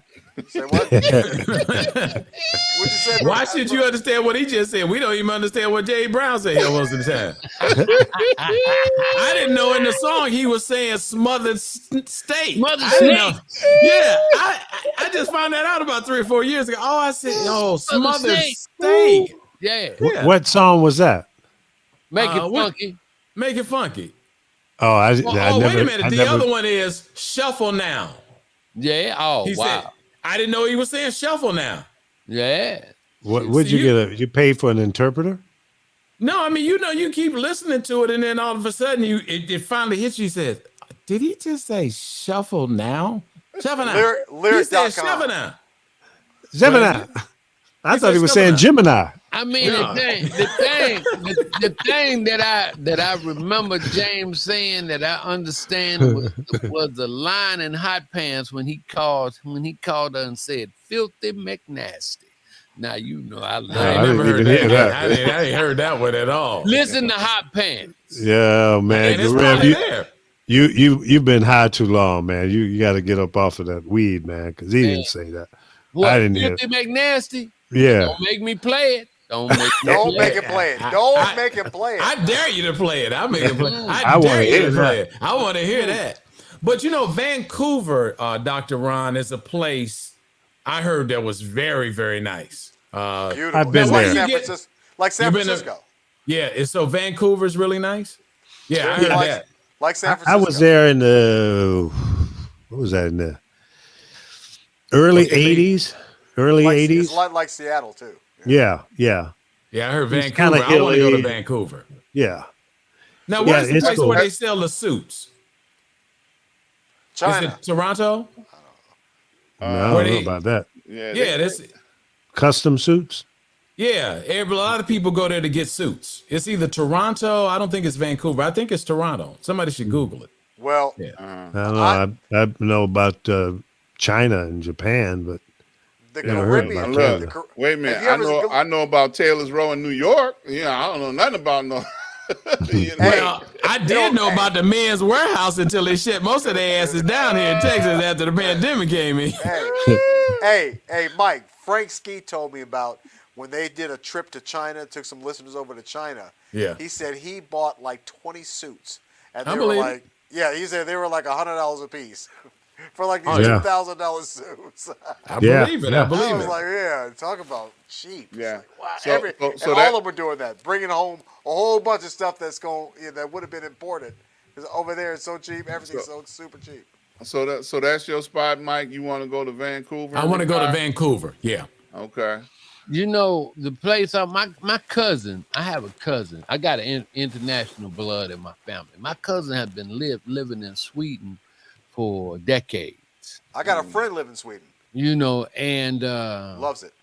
listen, they pay only anytime you go to the hospital, it's just $20. Wow. Yeah. where is this? Sweden. Stockholm, Sweden is number 10 on the list of top 10. What Yeah. about Belize? Mark saying that Belize you can find a good wife. I heard Belize kind of ghetto. Now somebody told me that. I don't know. Yeah. Yeah, I believe. Nice I've beaches, always I understand. I've always And heard Belize? was a good I place Yeah. to visit I met for some fine vacation. Belize women. Oh my Yeah, for goodness. vacation. Now I would, and let's go back. Now you're gonna talk about the women. I think the Swedish women probably, now once again going back, and I said we were older, Dr. Ron. I didn't say we was old. You made it seem like we. Mike said old. we was old. It's okay. You all. It's all I right. am I'm old. I embrace it. I told you that when we was in the green room. Hey, because I said so. My cousin got to be in his 80s. He got to Oh, be in shit, his he's 80s. old. Yeah. But old and being taken care of well. Mm-hmm. I'm about to say, just because you old don't mean you can't look. Yeah, I mean, he's been Reggie. Hey. He's gonna come over here. Hey, let me tell you. You got to go over there. friend of mine, Dwight Stone. You know Dwight Stone, Mike. Yeah, Dwight he's he's a PD. Yeah. I don't know where he is now. Oh, he's here in Atlanta. But he, Is he? he is from Toronto. So Oh, wow. I was Okay. doing some research. They had a new radio station signed on in Toronto, G something. And I was looking it up. I was like, I'm going to send them a tape and see if I can't get a job up in Toronto. And so I did some research on the city. They are 43% Asian in Toronto. I was like, what? So I called Dwight. I said, Dwight, come on. I know you're from Toronto. Please tell me it's not 43% Asian there. He said, oh, yeah, everywhere is Chinatown in Toronto. He said, but let me tell you. He said he married a woman in Birmingham, one of the cutest girls in Birmingham had to offer. Took her home, and they all dogged him out. His whole family. So he took her home to Toronto. To Toronto. It's like, she just wasn't the finest thing in the world in Toronto. She was fine in Birmingham, fine in the United States, but they have so many beautiful women there that, and I probably shouldn't have said that on camera. So well, Toronto, number 2 in the world. Okay. Sorry, Dwight. Yeah, so that's where you going, Buck. Yeah. Toronto. Toronto, damn right. See, none of those cities that you mentioned would be of interest to me. I'm not looking for big cities or a lot of population. Well, I want to go out somewhere. of a truck. So, I mean, you Buc-ee's right now. Lee want to go to Buc-ee's. See, people don't know what Buc-ee's is, but Bring him up to speed. Buc-ee's is like the Disneyland of Truck stop. Truck stop. Well, it's not really a truck stop. I mean, well, no, it's a big service station. Yeah. You might have 50 or 60 pumps there to stop and get gas, and then you go inside, and they've got all kind of food, and it's a mall. It is. It's where is it at? Where is it at? All over. Really? They're primarily in Texas. And we ran across one in another state as we were traveling. I want to say it might have been Arkansas or Alabama, but I thought they were only in Texas because that's the only place I've ever seen them. Yeah, I've only seen them here. But hold on, Lee. What the hell is a professor listening to? James Brown. I bet money on that. So go ahead, Lee. Where you say you're gonna wind up at? Either in a remote area off the grid here in America, or on an island somewhere that's not heavily populated. I can see I'm done with humans. I know that's right, brother. I'm ready to stick a fork in humans because. Oh, I'm glad you said a fork. I didn't know where you was going with that, Jack. I was like, whoa, wait a minute, Lee. It's kids listening to this show. What you gonna stick in a Martian? I've given up on humans. Ain't no kids on this show, brother. I'm being facetious. I've given up on humans because you don't want to do right. You don't want to do the right. The simple solution is doing the right thing, applying some common sense. So I just want to go somewhere, be quiet, get me a ham radio, and broadcast when I want to broadcast, be on the internet when I want to be on the internet, grow some vegetables and shit in my yard, and maybe get a couple of cows and some ducks and you need some chickens. You weren't that far from my house when you and Corey had called me in, but Corey was on a mission, so we couldn't stop. Right. There's a town over here, which is I've got to investigate 2 towns in the area where I live in. I'm in the Rockwall area, but I live in a place called Royce City. This is strictly the country. This is the countryest. I mean, when I tell you country, when I come out of my subdivision, the first thing I see is at least 25 heads of cattle. As soon as you get to the gate, there's cattle across the street. Right. And that Mississippi just came out too. When I tell you, but I was born in Mississippi, but I didn't live there. I told my brother that. But I mean, I'm getting a liking for the country. All right. Mm-hmm. And I'm gonna tell you something. It ain't all bad. It ain't all bad. I can sit in my garage and hear cows mooing. Yeah. So Lee is going to an undisclosed location away from the world. That's right. But this is right. what I was getting ready to tell him, Dr. Ron. Heath. So I went over on the other side of 276, and there's an area, man. I'm gonna tell you, it's people back there living good. They own 2 or 3 acres of land. Houses look like 5 to 10,000 square feet, and ain't nobody bother. Everything you just said is cows out there and llama and sheep, and they look like you.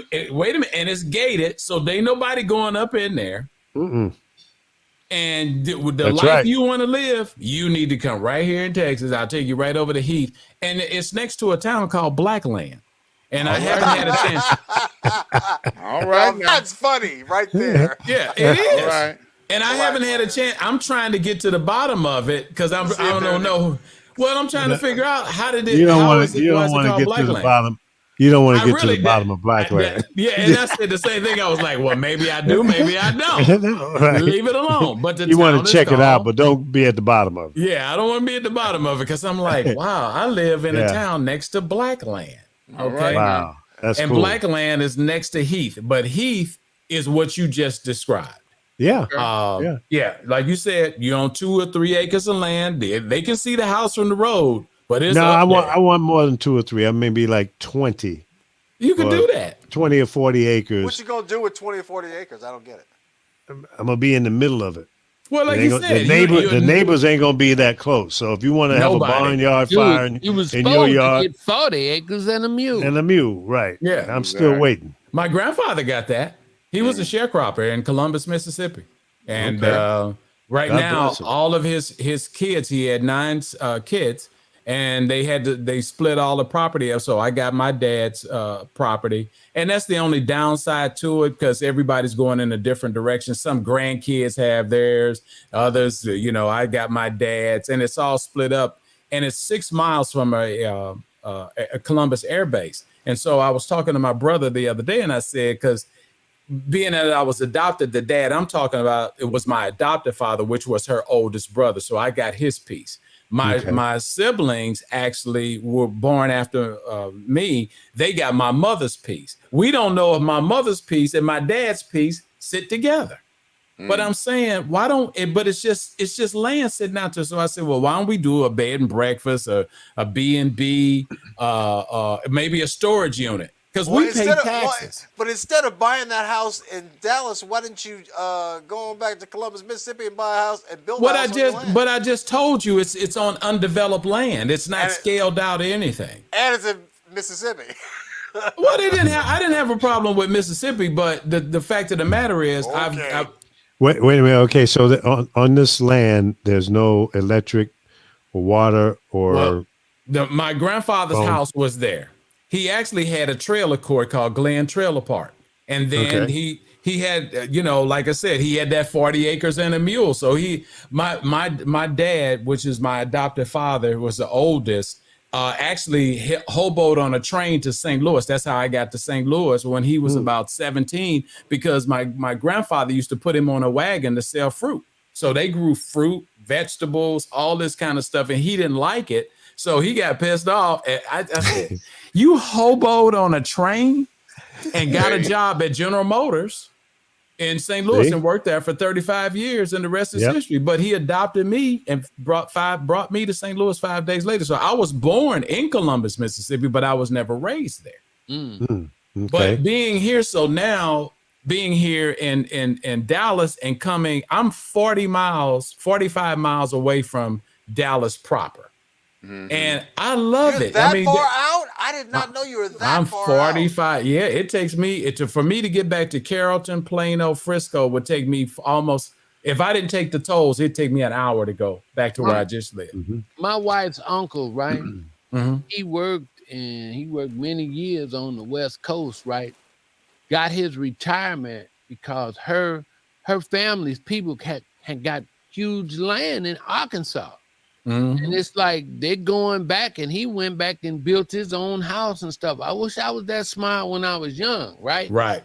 But he went back and built it. He got a great crib on their own property, and like his sister and another brother, they like all stay on this big huge land in Arkansas that I couldn't even find it. If I had to go down there by myself, I couldn't find it because the road kind of goes paved, and then all of a sudden it's a dirt road. It's red dirt, that clay dirt. Yeah, and I don't know what's happening. But I think that kind of stuff that got lost in the translation when we got urbanized, right?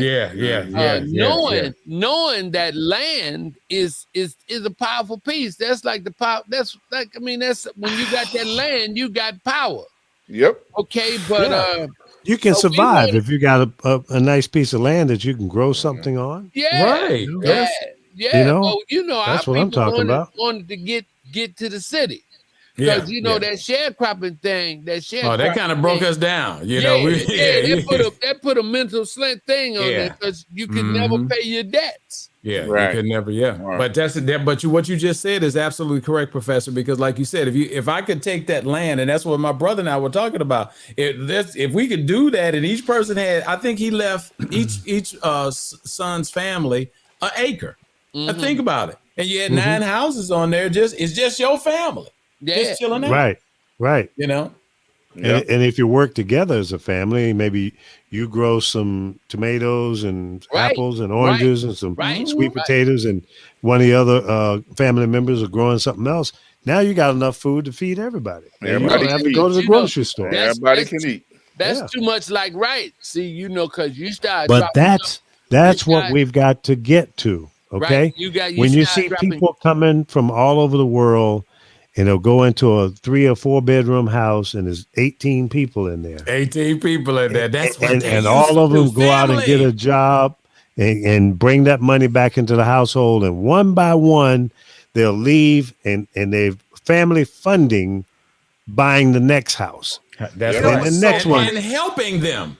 That's right. So funny. That's right. I used to dog out people who stayed at home and didn't get out of the house at 18 years old like I did. I was 17 when I moved out, went to college, But I'm telling you, I was on a train in the Bay Area.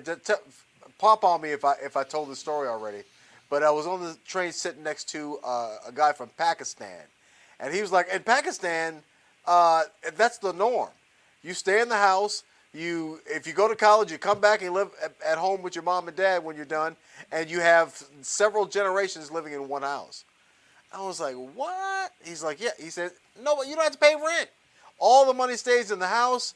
And he said, the one difference, though, is he said in Pakistan, and same with India, if you can afford a house, you probably have servants. I was like, well, that must be. Oh, okay. Now they're going to a whole different thing. But let me say this. Right. What you said is absolutely correct. So when the realtors start telling me, because I had to go somewhere that I could afford, okay? Because everything in the Plano, Frisco area was starting at $450. So that was way out of my range. So I'm looking down here, and the first place that the realtor sent me was a town called Fate, which is next to Blackland, which is next to Roy City, where I live. And I'm going into the neighborhood. The neighborhood's very nice, but there are freaking cars everywhere. And I'm going, what the hell was the car? 4 cars in the driveway, 3 cars in the front of the house. And it was exactly what you were saying. Yeah. Mama's in there. The sister's in there. The regular family. They got a 4-bedroom house, and it's 3 families in there. But let me tell you. Lottie and everybody. Let me tell you, though, the one thing that he brought up that I never thought about before, he says one of the big advantages of that is that you have several generations of wisdom in the house. Yep. Yeah, we don't understand and respect that in America. Right. Grandparents are in the house to give you advice. Listen, I'm telling you, I've dated so many women who got their bad relationship advice from people who didn't know what the F they were talking about. They were just speculating. They're speculating and telling my girl like this and that, oh, you need to do this and blah, blah, blah. I'm like, she's just speculating. I said, if you want advice about relationships, talk to somebody old married couple. They're the ones who know. They're successful. I say, would you take financial advice from someone who's broke? No, you wouldn't. Right. You take advice from somebody. That's a great point. That's a great point. And when you see that's it, what he said. Now think about what you just said. You see it. So you're here. The mother, the dad's probably passed away. So somebody's taking care of mama. Okay, so that the key person is got mama there, but then the brother came over from wherever they from, and now he's staying there. He's getting naturalized and taking the Constitution and everything that he needs to do. Then he goes and gets married. But the thing of it is, it's now you see family. See, that's what's happening to us. We don't see family. We see we sitting here looking at John Singleton movies, and I ain't got no problem with John Singleton, but I don't make another one of them movies. I don't want to see another Minister Society. I don't want to see Boys in the Hood. Don't make no more of them damn movies because they corrupt us. Black exploitation reinvented. Yeah, I don't want to see no more of that. No, to stop making the movies. Let's make that. Why do you think the Cosby Show on Thursday night? The man was getting ready. The man was talking about buying NBC. That's the kind of money that they were. There you go. That's the kind of money that was. Which is interesting that they wouldn't let him buy it, but now Byron Allen is jumping up and he's got a bid in for the a company called Tegna, which owns a bunch of radio TV stations. TV stations. Yeah, I read that the other day. I think it's the bid was like $8 billion. So it's like, you know what? Good stuff, Byron Allen. Sorry, I didn't mean to get off. No. But you're absolutely right because Jeff Bezos and Bill Gates and those guys, see, they make the billion. They make what is it? Is $1 billion 8 figures? Mm-hmm. Yeah, I never added it up. I didn't either. Come on, how would I know? I'm still buying Nickelbacks. But anyway, I think it may be 10. Just kidding, folks. Just kidding. No, seven figures is $1 million, right? So yeah, I think that's in the millions. So 10 million, $1 billion would be 10. So billion is reachable now. You see what I'm saying? And when you look at it, and I'm so proud of him. Yeah, by a few. Yeah, by a few. And the thing of it is, they didn't stop Bill Cosby. Stopped Bill Cosby. We didn't know what was going on. Well, you know it now. We didn't know what the hell was going on with Bill Cosby because when you get to this level, when you think about Jeff Bezos, think about this. Before Jeff Bezos created Amazon, you saw brown trucks everywhere delivering packages. A company called United Parcel Service. UPS. You see Amazon trucks everywhere. You barely see UPS trucks. Yep. You don't even. I can't tell you the last time I saw a FedEx truck. And the postal people. Well, I've seen them, but I'm saying every day. UPS. You saw the guys in brown all the time. The little brown jumpsuit. I mean, short suit. Amazon everywhere now. Amazon is everywhere. And Amazon is in not only everywhere, they're in places that you can't even see because they're in unmarked trucks and cars now. Now, just get ready to say that. It is. Yeah. And so look. Can we finish this subject and then we can go back on to other stuff? Where would you be? I already said Vancouver for me. Yeah, now I'm waiting on base. For me, for some reason, I'm always been partial to Hawaii. Okay. Cost of living's high there. Oh, man, when I was a mere youth, and my parents had taken me on a vacation in summertime. I was about 5 years old. And we went to Honolulu and we're on the beach. And I never seen water that blue before. And it stayed in my mind now. I don't know my own damn name until noon. But I can remember how the water and the ocean was just that blue. I wouldn't mind returning that. I wouldn't mind living the rest of my days. But there are a lot of places like that, though. Don't go there broke. No. Hell no. It's really expensive. Hell no. 30 years ago, a box of cereal was $7.50. Well, damn. Everything's important. Yeah. I just won't eat Spam. Yeah. Yes, you will. I never had Spam, and I'm not eating no damn Spam. I ain't never had Spam. Damn Spam. Damn Spam. No. I've had Spam. I've had Spam once or twice in my life, but I'll eat that before I eat some tripe. I know I ain't eating no tripe. What is tripe, by the way? I've seen it in stomach. It's stomach. The cow's lining, the stomach. Stomach lining. Yeah. Oh, glad I asked. And snoots. But I had a pig snoot now. I've had that. That's pretty damn good. That's pretty damn. As a kid, I had pig's feet. We had pig's feet. No, I ain't never had. No, I'm not eating no pig's feet. No tails, and no I will do nose. chitlins. No If tails. somebody makes them and they're clean, I'll do chitlins. I have. I ain't doing that. No. Put some hot sauce on it, baby. Oh, come on. No, hell no. Come on. Yeah, that's to cover up that little piece of doo-doo that you done ate in there. Yeah, exactly. Hey. Like, ooh, that shit. They put some hot sauce on it, it won't matter. That's exactly it.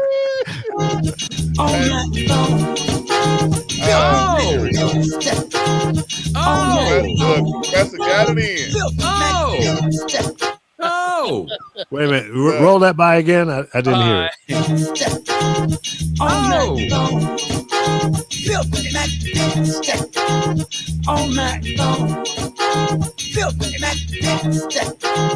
All night long.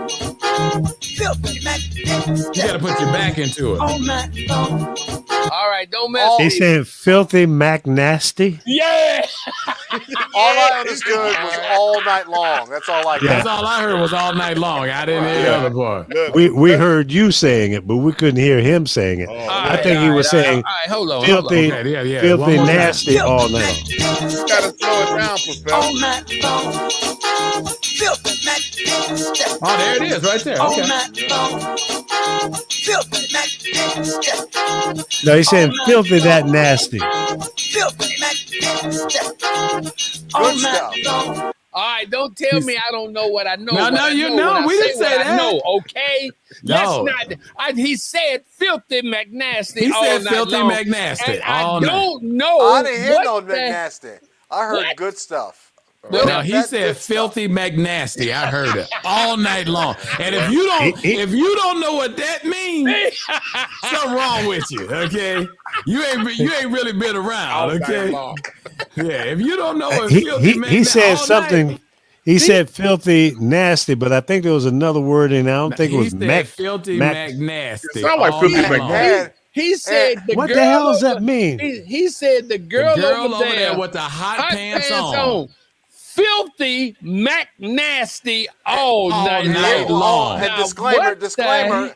You know what filthy McNasty is all night long. It Disclaimer. starts with an F and it ends with a K. Disclaimer: if you just popped in and you don't know what the hell's going on, you're gonna have to watch the replay later. Yeah, because right now we're in the middle of filthy McNasty all night long. You're gonna you got to go way back.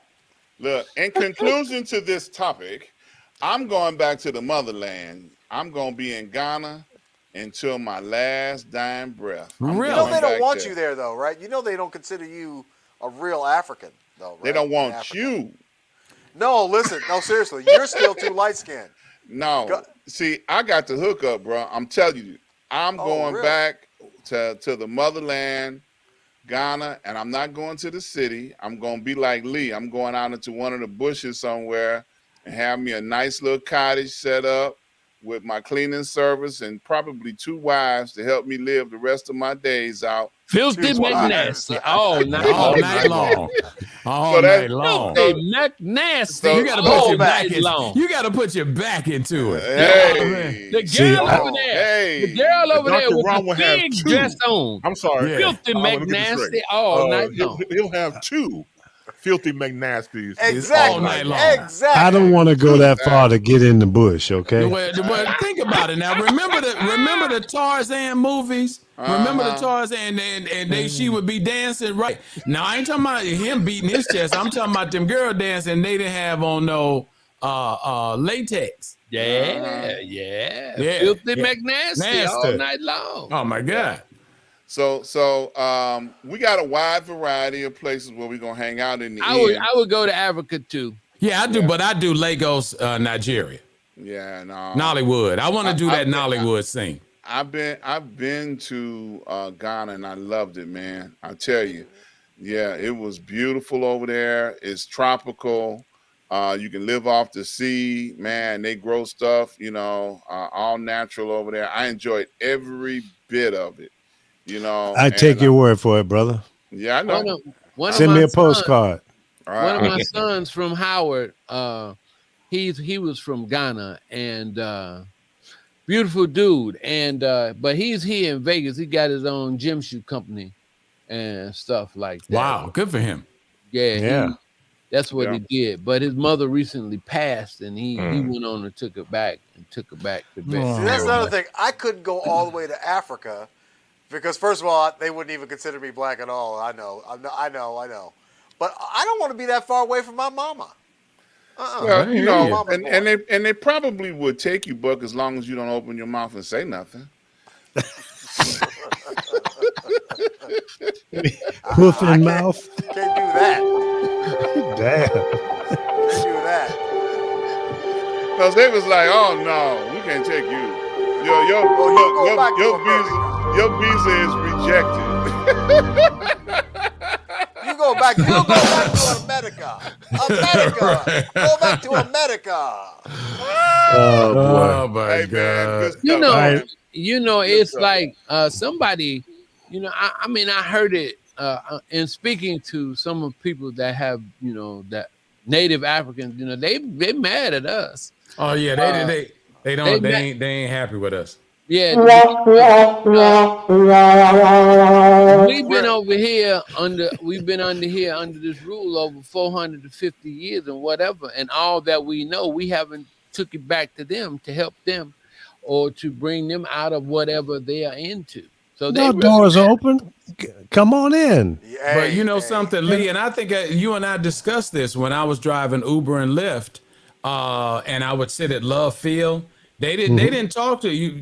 They talked to their own, but they didn't come over like and have conversation with you. My friend. That's right. No, That's right. No. That's Hey, true. you know what? There's that separation. That's a separation that we're dealing with. But see, I don't think that they. And hold on just a minute, Buck. I don't think that they don't respect us. It's something that Professor was just kind of alluding to a second ago. They don't respect us for, I think, either respecting ourselves. See, they have legacy to the motherland, which connects them to where they are from, and they know we've been disconnected, and we're cotton picas. Yeah, well, whatever that means. Cotton pickers. Oh, cotton pickers. Okay, I didn't know what you were saying. Oh, James Brown. The thing of it is that connects. You know, it's almost like you kind of like a sellout, okay, because you bought into it. Mm-hmm. And imagine if you just could, for like 5 seconds, think about if we had never got disconnected from that and we were in this country, how powerful of a race we would be. The African race would be probably the most powerful race on the planet based on the fact that Africa is the largest continent on the planet. Am I correct? It is, but it's also not one country either, not one culture either. And we were trained to be like, I mean, we came up under one of the, one of the most whatever, but we know all the stuff that they know. We know what they know. Yeah, we know what they know for sure. Yeah, and so that's what they were expecting, but we didn't. I guess they figured we don't have no balls.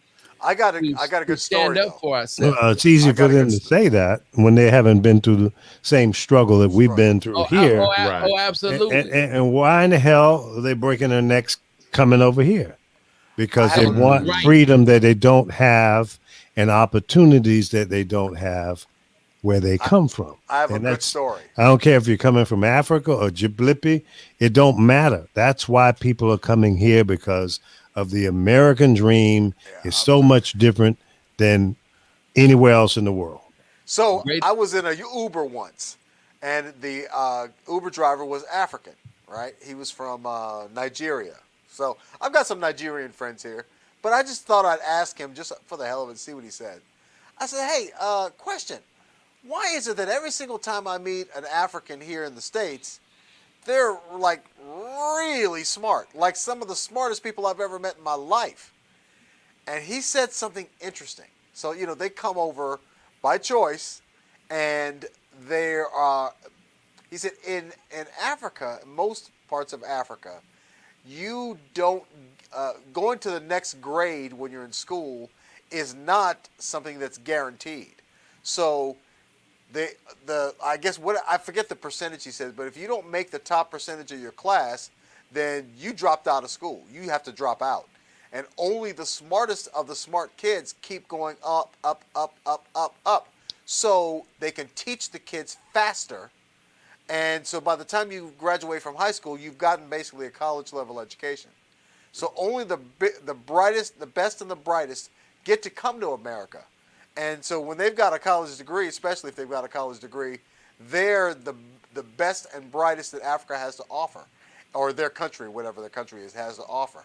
And I thought that was so amazing. The school education is not something they take for granted or that was guaranteed to them at all. When you drive Uber, it is. When you drive Uber and Lyft and you work the airports, you pick up a lot of people who are coming in with the HB1 visas.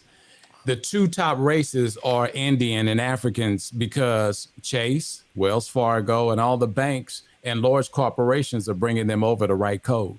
They're real big. And a lot of people don't know that they write code. They're very, very big in writing code and coming over here to work for these large companies. And we were in the barbershop earlier today. And one of the things that I noticed under a lot of the overpasses, the bridges and that kind of stuff, that's where you see a lot of the homeless, and they got everything that they own in a Kroger shopping cart, whatever the case may be.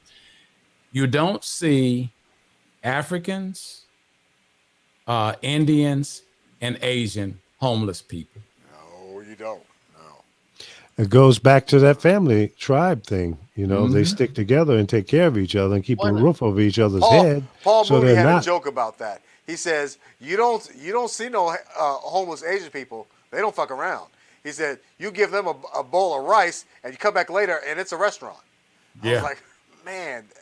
That's real. You sitting at a stoplight, because like I said, when you're out driving Uber and Lyft, Leo tell you this, they doing that driving takes you everywhere. You go to places that you just never think about. Don't even know about, right? You don't even know about. And there's only two races of people for the most part that I see under them overpasses and bridges. It's poor white folks and poor black folks. How is it that, or let me ask you guys a question. How did Barry Gordy get the initial seed money, or where did he get his money to start Motown from? He's working for General Motors. No. He used to write for. No. His original seed money came from his sister. Okay, and so one of the things that what they did with that family is that they started their own credit union. Mm-hmm. Yes, they did. Yeah. But he was also a writer, and it's a big name. I'll have to Google it. Jackie Wilson, Chess Records. That's where he wrote for. It was another, it was Jackie Wilson and one or two other ones. Yeah. First $500 he made from that song is what he used, from what I heard the story, to start Motown. Yeah. Yeah, that's what I heard. Yeah. And so, but his family had a credit union. And so what if our families, had credit unions and bankings, among themselves, to where they used to have black banks, didn't they? Yeah, yes. They did. They did. But I'm talking about within the families, because when certain other nationalities come to this country, you have to come in, you work in the business, you save your money and whatever. They won't send you to school or whatever until you get a certain amount of money in the, in your bank account. Then they'll give you a loan to do whatever else you have to do, and everything stays within their family. So we don't know how to keep the money within our own families. As soon as we get why? Listen, I don't know. I guess we weren't trained to do that. But as soon as we get $1, we're going to give it to, what's the boy name? Tommy Hill, what's his name? Figure, yeah. Yeah, you're right. Or the Louis Vuitton. Yeah, Nike. And what's the boy Gucci? What's that? Gucci. Gucci man. And don't forget about Lamborghini. Don't forget about him. Yeah. So Tommy, Stink Finger. Yeah. Don't forget about him. And so, but I think in all we got these clothing companies, but I only remember one of them. What is it? Fubu? Yes. Fubu. Yeah. For you, by you. Yeah, but we all wear drawers, right? There's no black drawers company. Now stop right there. Stop. Because I've said that. It's funny you said that. Boy, we on the same plane. How do you pick cotton? And you can't walk on this earth without some cotton around your body. T-shirts and underwear. I mean, dude. Doesn't Michael Jordan have a big interest in Hanes? Come on, now, stop. I mean, but no, when we hear, I heard that story somewhere. He got here, you know, I mean, no, he ain't got that big of an interest, because if his interest was that big, Bob Johnson wouldn't have had to help him get the New Jersey NBA team. He wasn't able to pull that off on his own. And the thing of it is, it's okay that happened because Bob Johnson sold it to him, but you got to get to the investors and all that kind of stuff. But think about when you go back, Hanes should have been a black man. All the cotton our people picked. Cotton is the number one resource. But it wasn't our cotton though. I understand. We understand that, but we picked it. Yeah, well, we should have been in business. We should have. Yeah, because we wanted to get away from everything cotton. Oh, that wasn't a good time for us, Mike. I mean, come on, no. I'm not wondering that. I'm not. Come on, we're not romancing about that, are we? No, but remember when we used to pick cotton? Oh, no, yeah. I go with your point, Mike, because if we should have it should have been a black draws manufactured. At some point when you make that turn, that's what I'm saying, Buck. I'm not. This is not. Yeah, this is. I'm giving you a hard time, I know, but that one you can't give me a hard time on because we was too close to it.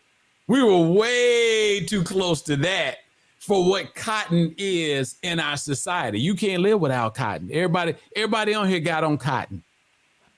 Everybody on this platform right now has on cotton. Yep. I would be remiss and polyester following. Yeah. Because let me say this up front. We are in the presence of greatness when it comes to our fearless leader. Professor, you mentioned earlier about Motown. Lee Michaels, the man in our square circle right now, this man used to work for Motown. See, a lot of stuff he hasn't said over the years. This man used to work for Motown. This man told me that he was responsible for the Temptations having certain nuances. He was there. I was the lead singer. See, I didn't know that. Yeah. To this David Ruffin was a front man. It was my vocals that in the background. They never put me out front. Yeah. Same thing they have with black people in cotton. Yeah. Well, see, which is why I'm going to create a mockumentary about Lee Michaels being the Forgotten Temptation. A mockumentary. Let me tell you something. David Ruffin was nothing to play with, okay? He was nothing. He was fired up, lit, and ready to go. He was fired up and ready to go, but he wasn't having it all the time. Yep. All the time. I mean, phenomenal. This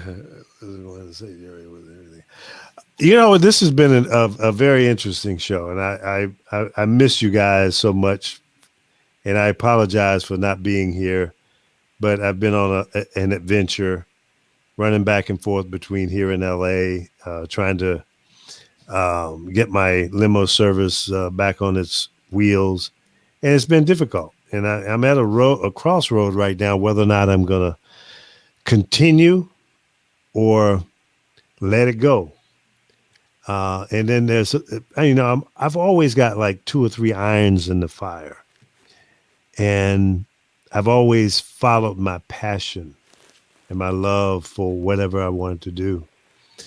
But I'm telling you guys, man, I'm at a crossroad right now. Whether or not, and it's interesting that we talked about this already, whether or not I want to just like toss in the towel and go to the countryside, go off grid. The towel made of cotton. Stop. Okay, so go off grid and just live a peaceful life for the rest of my life and get out of the rat race and maybe buy one of those mobile home kind of things and just roll around, or go to the countryside and live off grid. The only thing that's keeping me, from making that hardcore decision right now about living off grid is I got to have the internet, man. Yeah. If you're going out there in the wilderness and you got no electric, so you got to create your own electric through solar or whatever, and water, those are. They have satellite internet. Yeah, but that sucks. Your download is okay, but the upload, we got to, how am I going to do this show if I'm, on 200 kilobits upload? That ain't going to work for video. Sure. So, I'm trying to figure it out. You guys know what an Airstream is? The silver. You talking about the mobile, the thing you put on the back of your car, your truck? Yeah, those silver looking things that been around for the last 30, 40 years. Those things like hold their value big time. What is it? They can last 30 or 40 years. It's called an Airstream. Those silver metal looking ones. I know they kind of look old fashioned, but they really, really like the cat meow still. Yeah. You got a lot of newcomers. Winnebago is still around, but if you buy an Airstream, and I've been doing some research on this, and they hold their value like houses. You can get them financed for 30 years. You can have an Airstream home and have a $400 or $500 payment. Now you got to take care of it. If you're going to roll around, you got to pay for gas, and you need a truck to pull it. And Lee, what? I hate to interrupt you, but you just hit on something that's like crazy. And I'm going to take a picture of it. I'm going to go there, and we're going to FaceTime. We'll probably do it Saturday. I'll do it Saturday. Okay. They got, like, you have trailer parks. Yeah. Oh, yeah. They have trailer parks with those Airstream only. With the Airstreams, right. And they got like porches. Yeah. They got a mailbox. It's their house. Yeah, exactly. And when you see it, it freaks you out. Hooked up to water, electricity, everything. Yeah. And I bet some are really nice too. Oh, they are. They're all really the nice. same. But you can buy one brand new for about 160, 180,000, depending on what you put in it. Is that but all? But they hold their value. Now there's some of the newer ones that are self-contained, where you drive it like a truck. You can spend $1 million on those. Oh yeah. They started like 375 on up. So and they got them down it's a whole nother world. Trucks. Yeah. Oh yeah. It's a whole nother world. But now to see that park is crazy. So it is. What y'all don't know is Lee is upgraded to an Airstream. About 5 or 6 months ago, he was talking about buying a school bus and converting it. Right. He just didn't like the color yellow. No, I couldn't deal with that, man. Yeah, he was like, man, that was a big paint job. Yeah, he was like, man, they don't come in nothing but they come from the factory yellow. I was trying to get the people to give me one another color, but they come from the factory. Yeah, I tell you, give me a naked one. Don't give me the yellow. Yeah, he didn't upgrade it. Because he was so serious about that school bus, boy. Man, I'm gonna take a school bus and convert it. No, that's a big thing right now. I saw this white boy had a van, like a minivan. Oh yeah, and he had gutted. Maybe no, it wasn't a mini. It was like a full size van, and he had converted into like a little living space, and he would drive and just go around the country or whatever. And home. Yeah, there are people living that way. A lot of retirees. I thought that would be kind of cool, actually, for a while. Mm-hmm. Listen, when I was out there on the road with my son, we came back coming out of Northern Virginia, Alexandria, and Frederick, Maryland. And so we took a road through Virginia that I had never experienced. I'm born and raised in Virginia, but in the western part of the state, I had never really visited the Shenandoah Valley area. And it's beautiful. Was it near the water? Like, no, it's up in the mountains, like the hills. Wow. Beautiful rolling hills and mountains. Western part. Western part, not West Virginia, but western part of the state of Virginia. It's absolutely beautiful.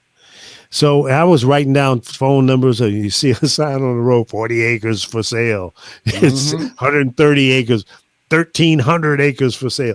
And I'm writing these numbers down. I'm going to start calling some of these places because a lot of them you can do, they're doing owner finance. So you don't have to go through a bank. So you negotiate with the owner. You might give them $10,000 down and $1,000 a month for whatever, it's all kind of opportunities, folks.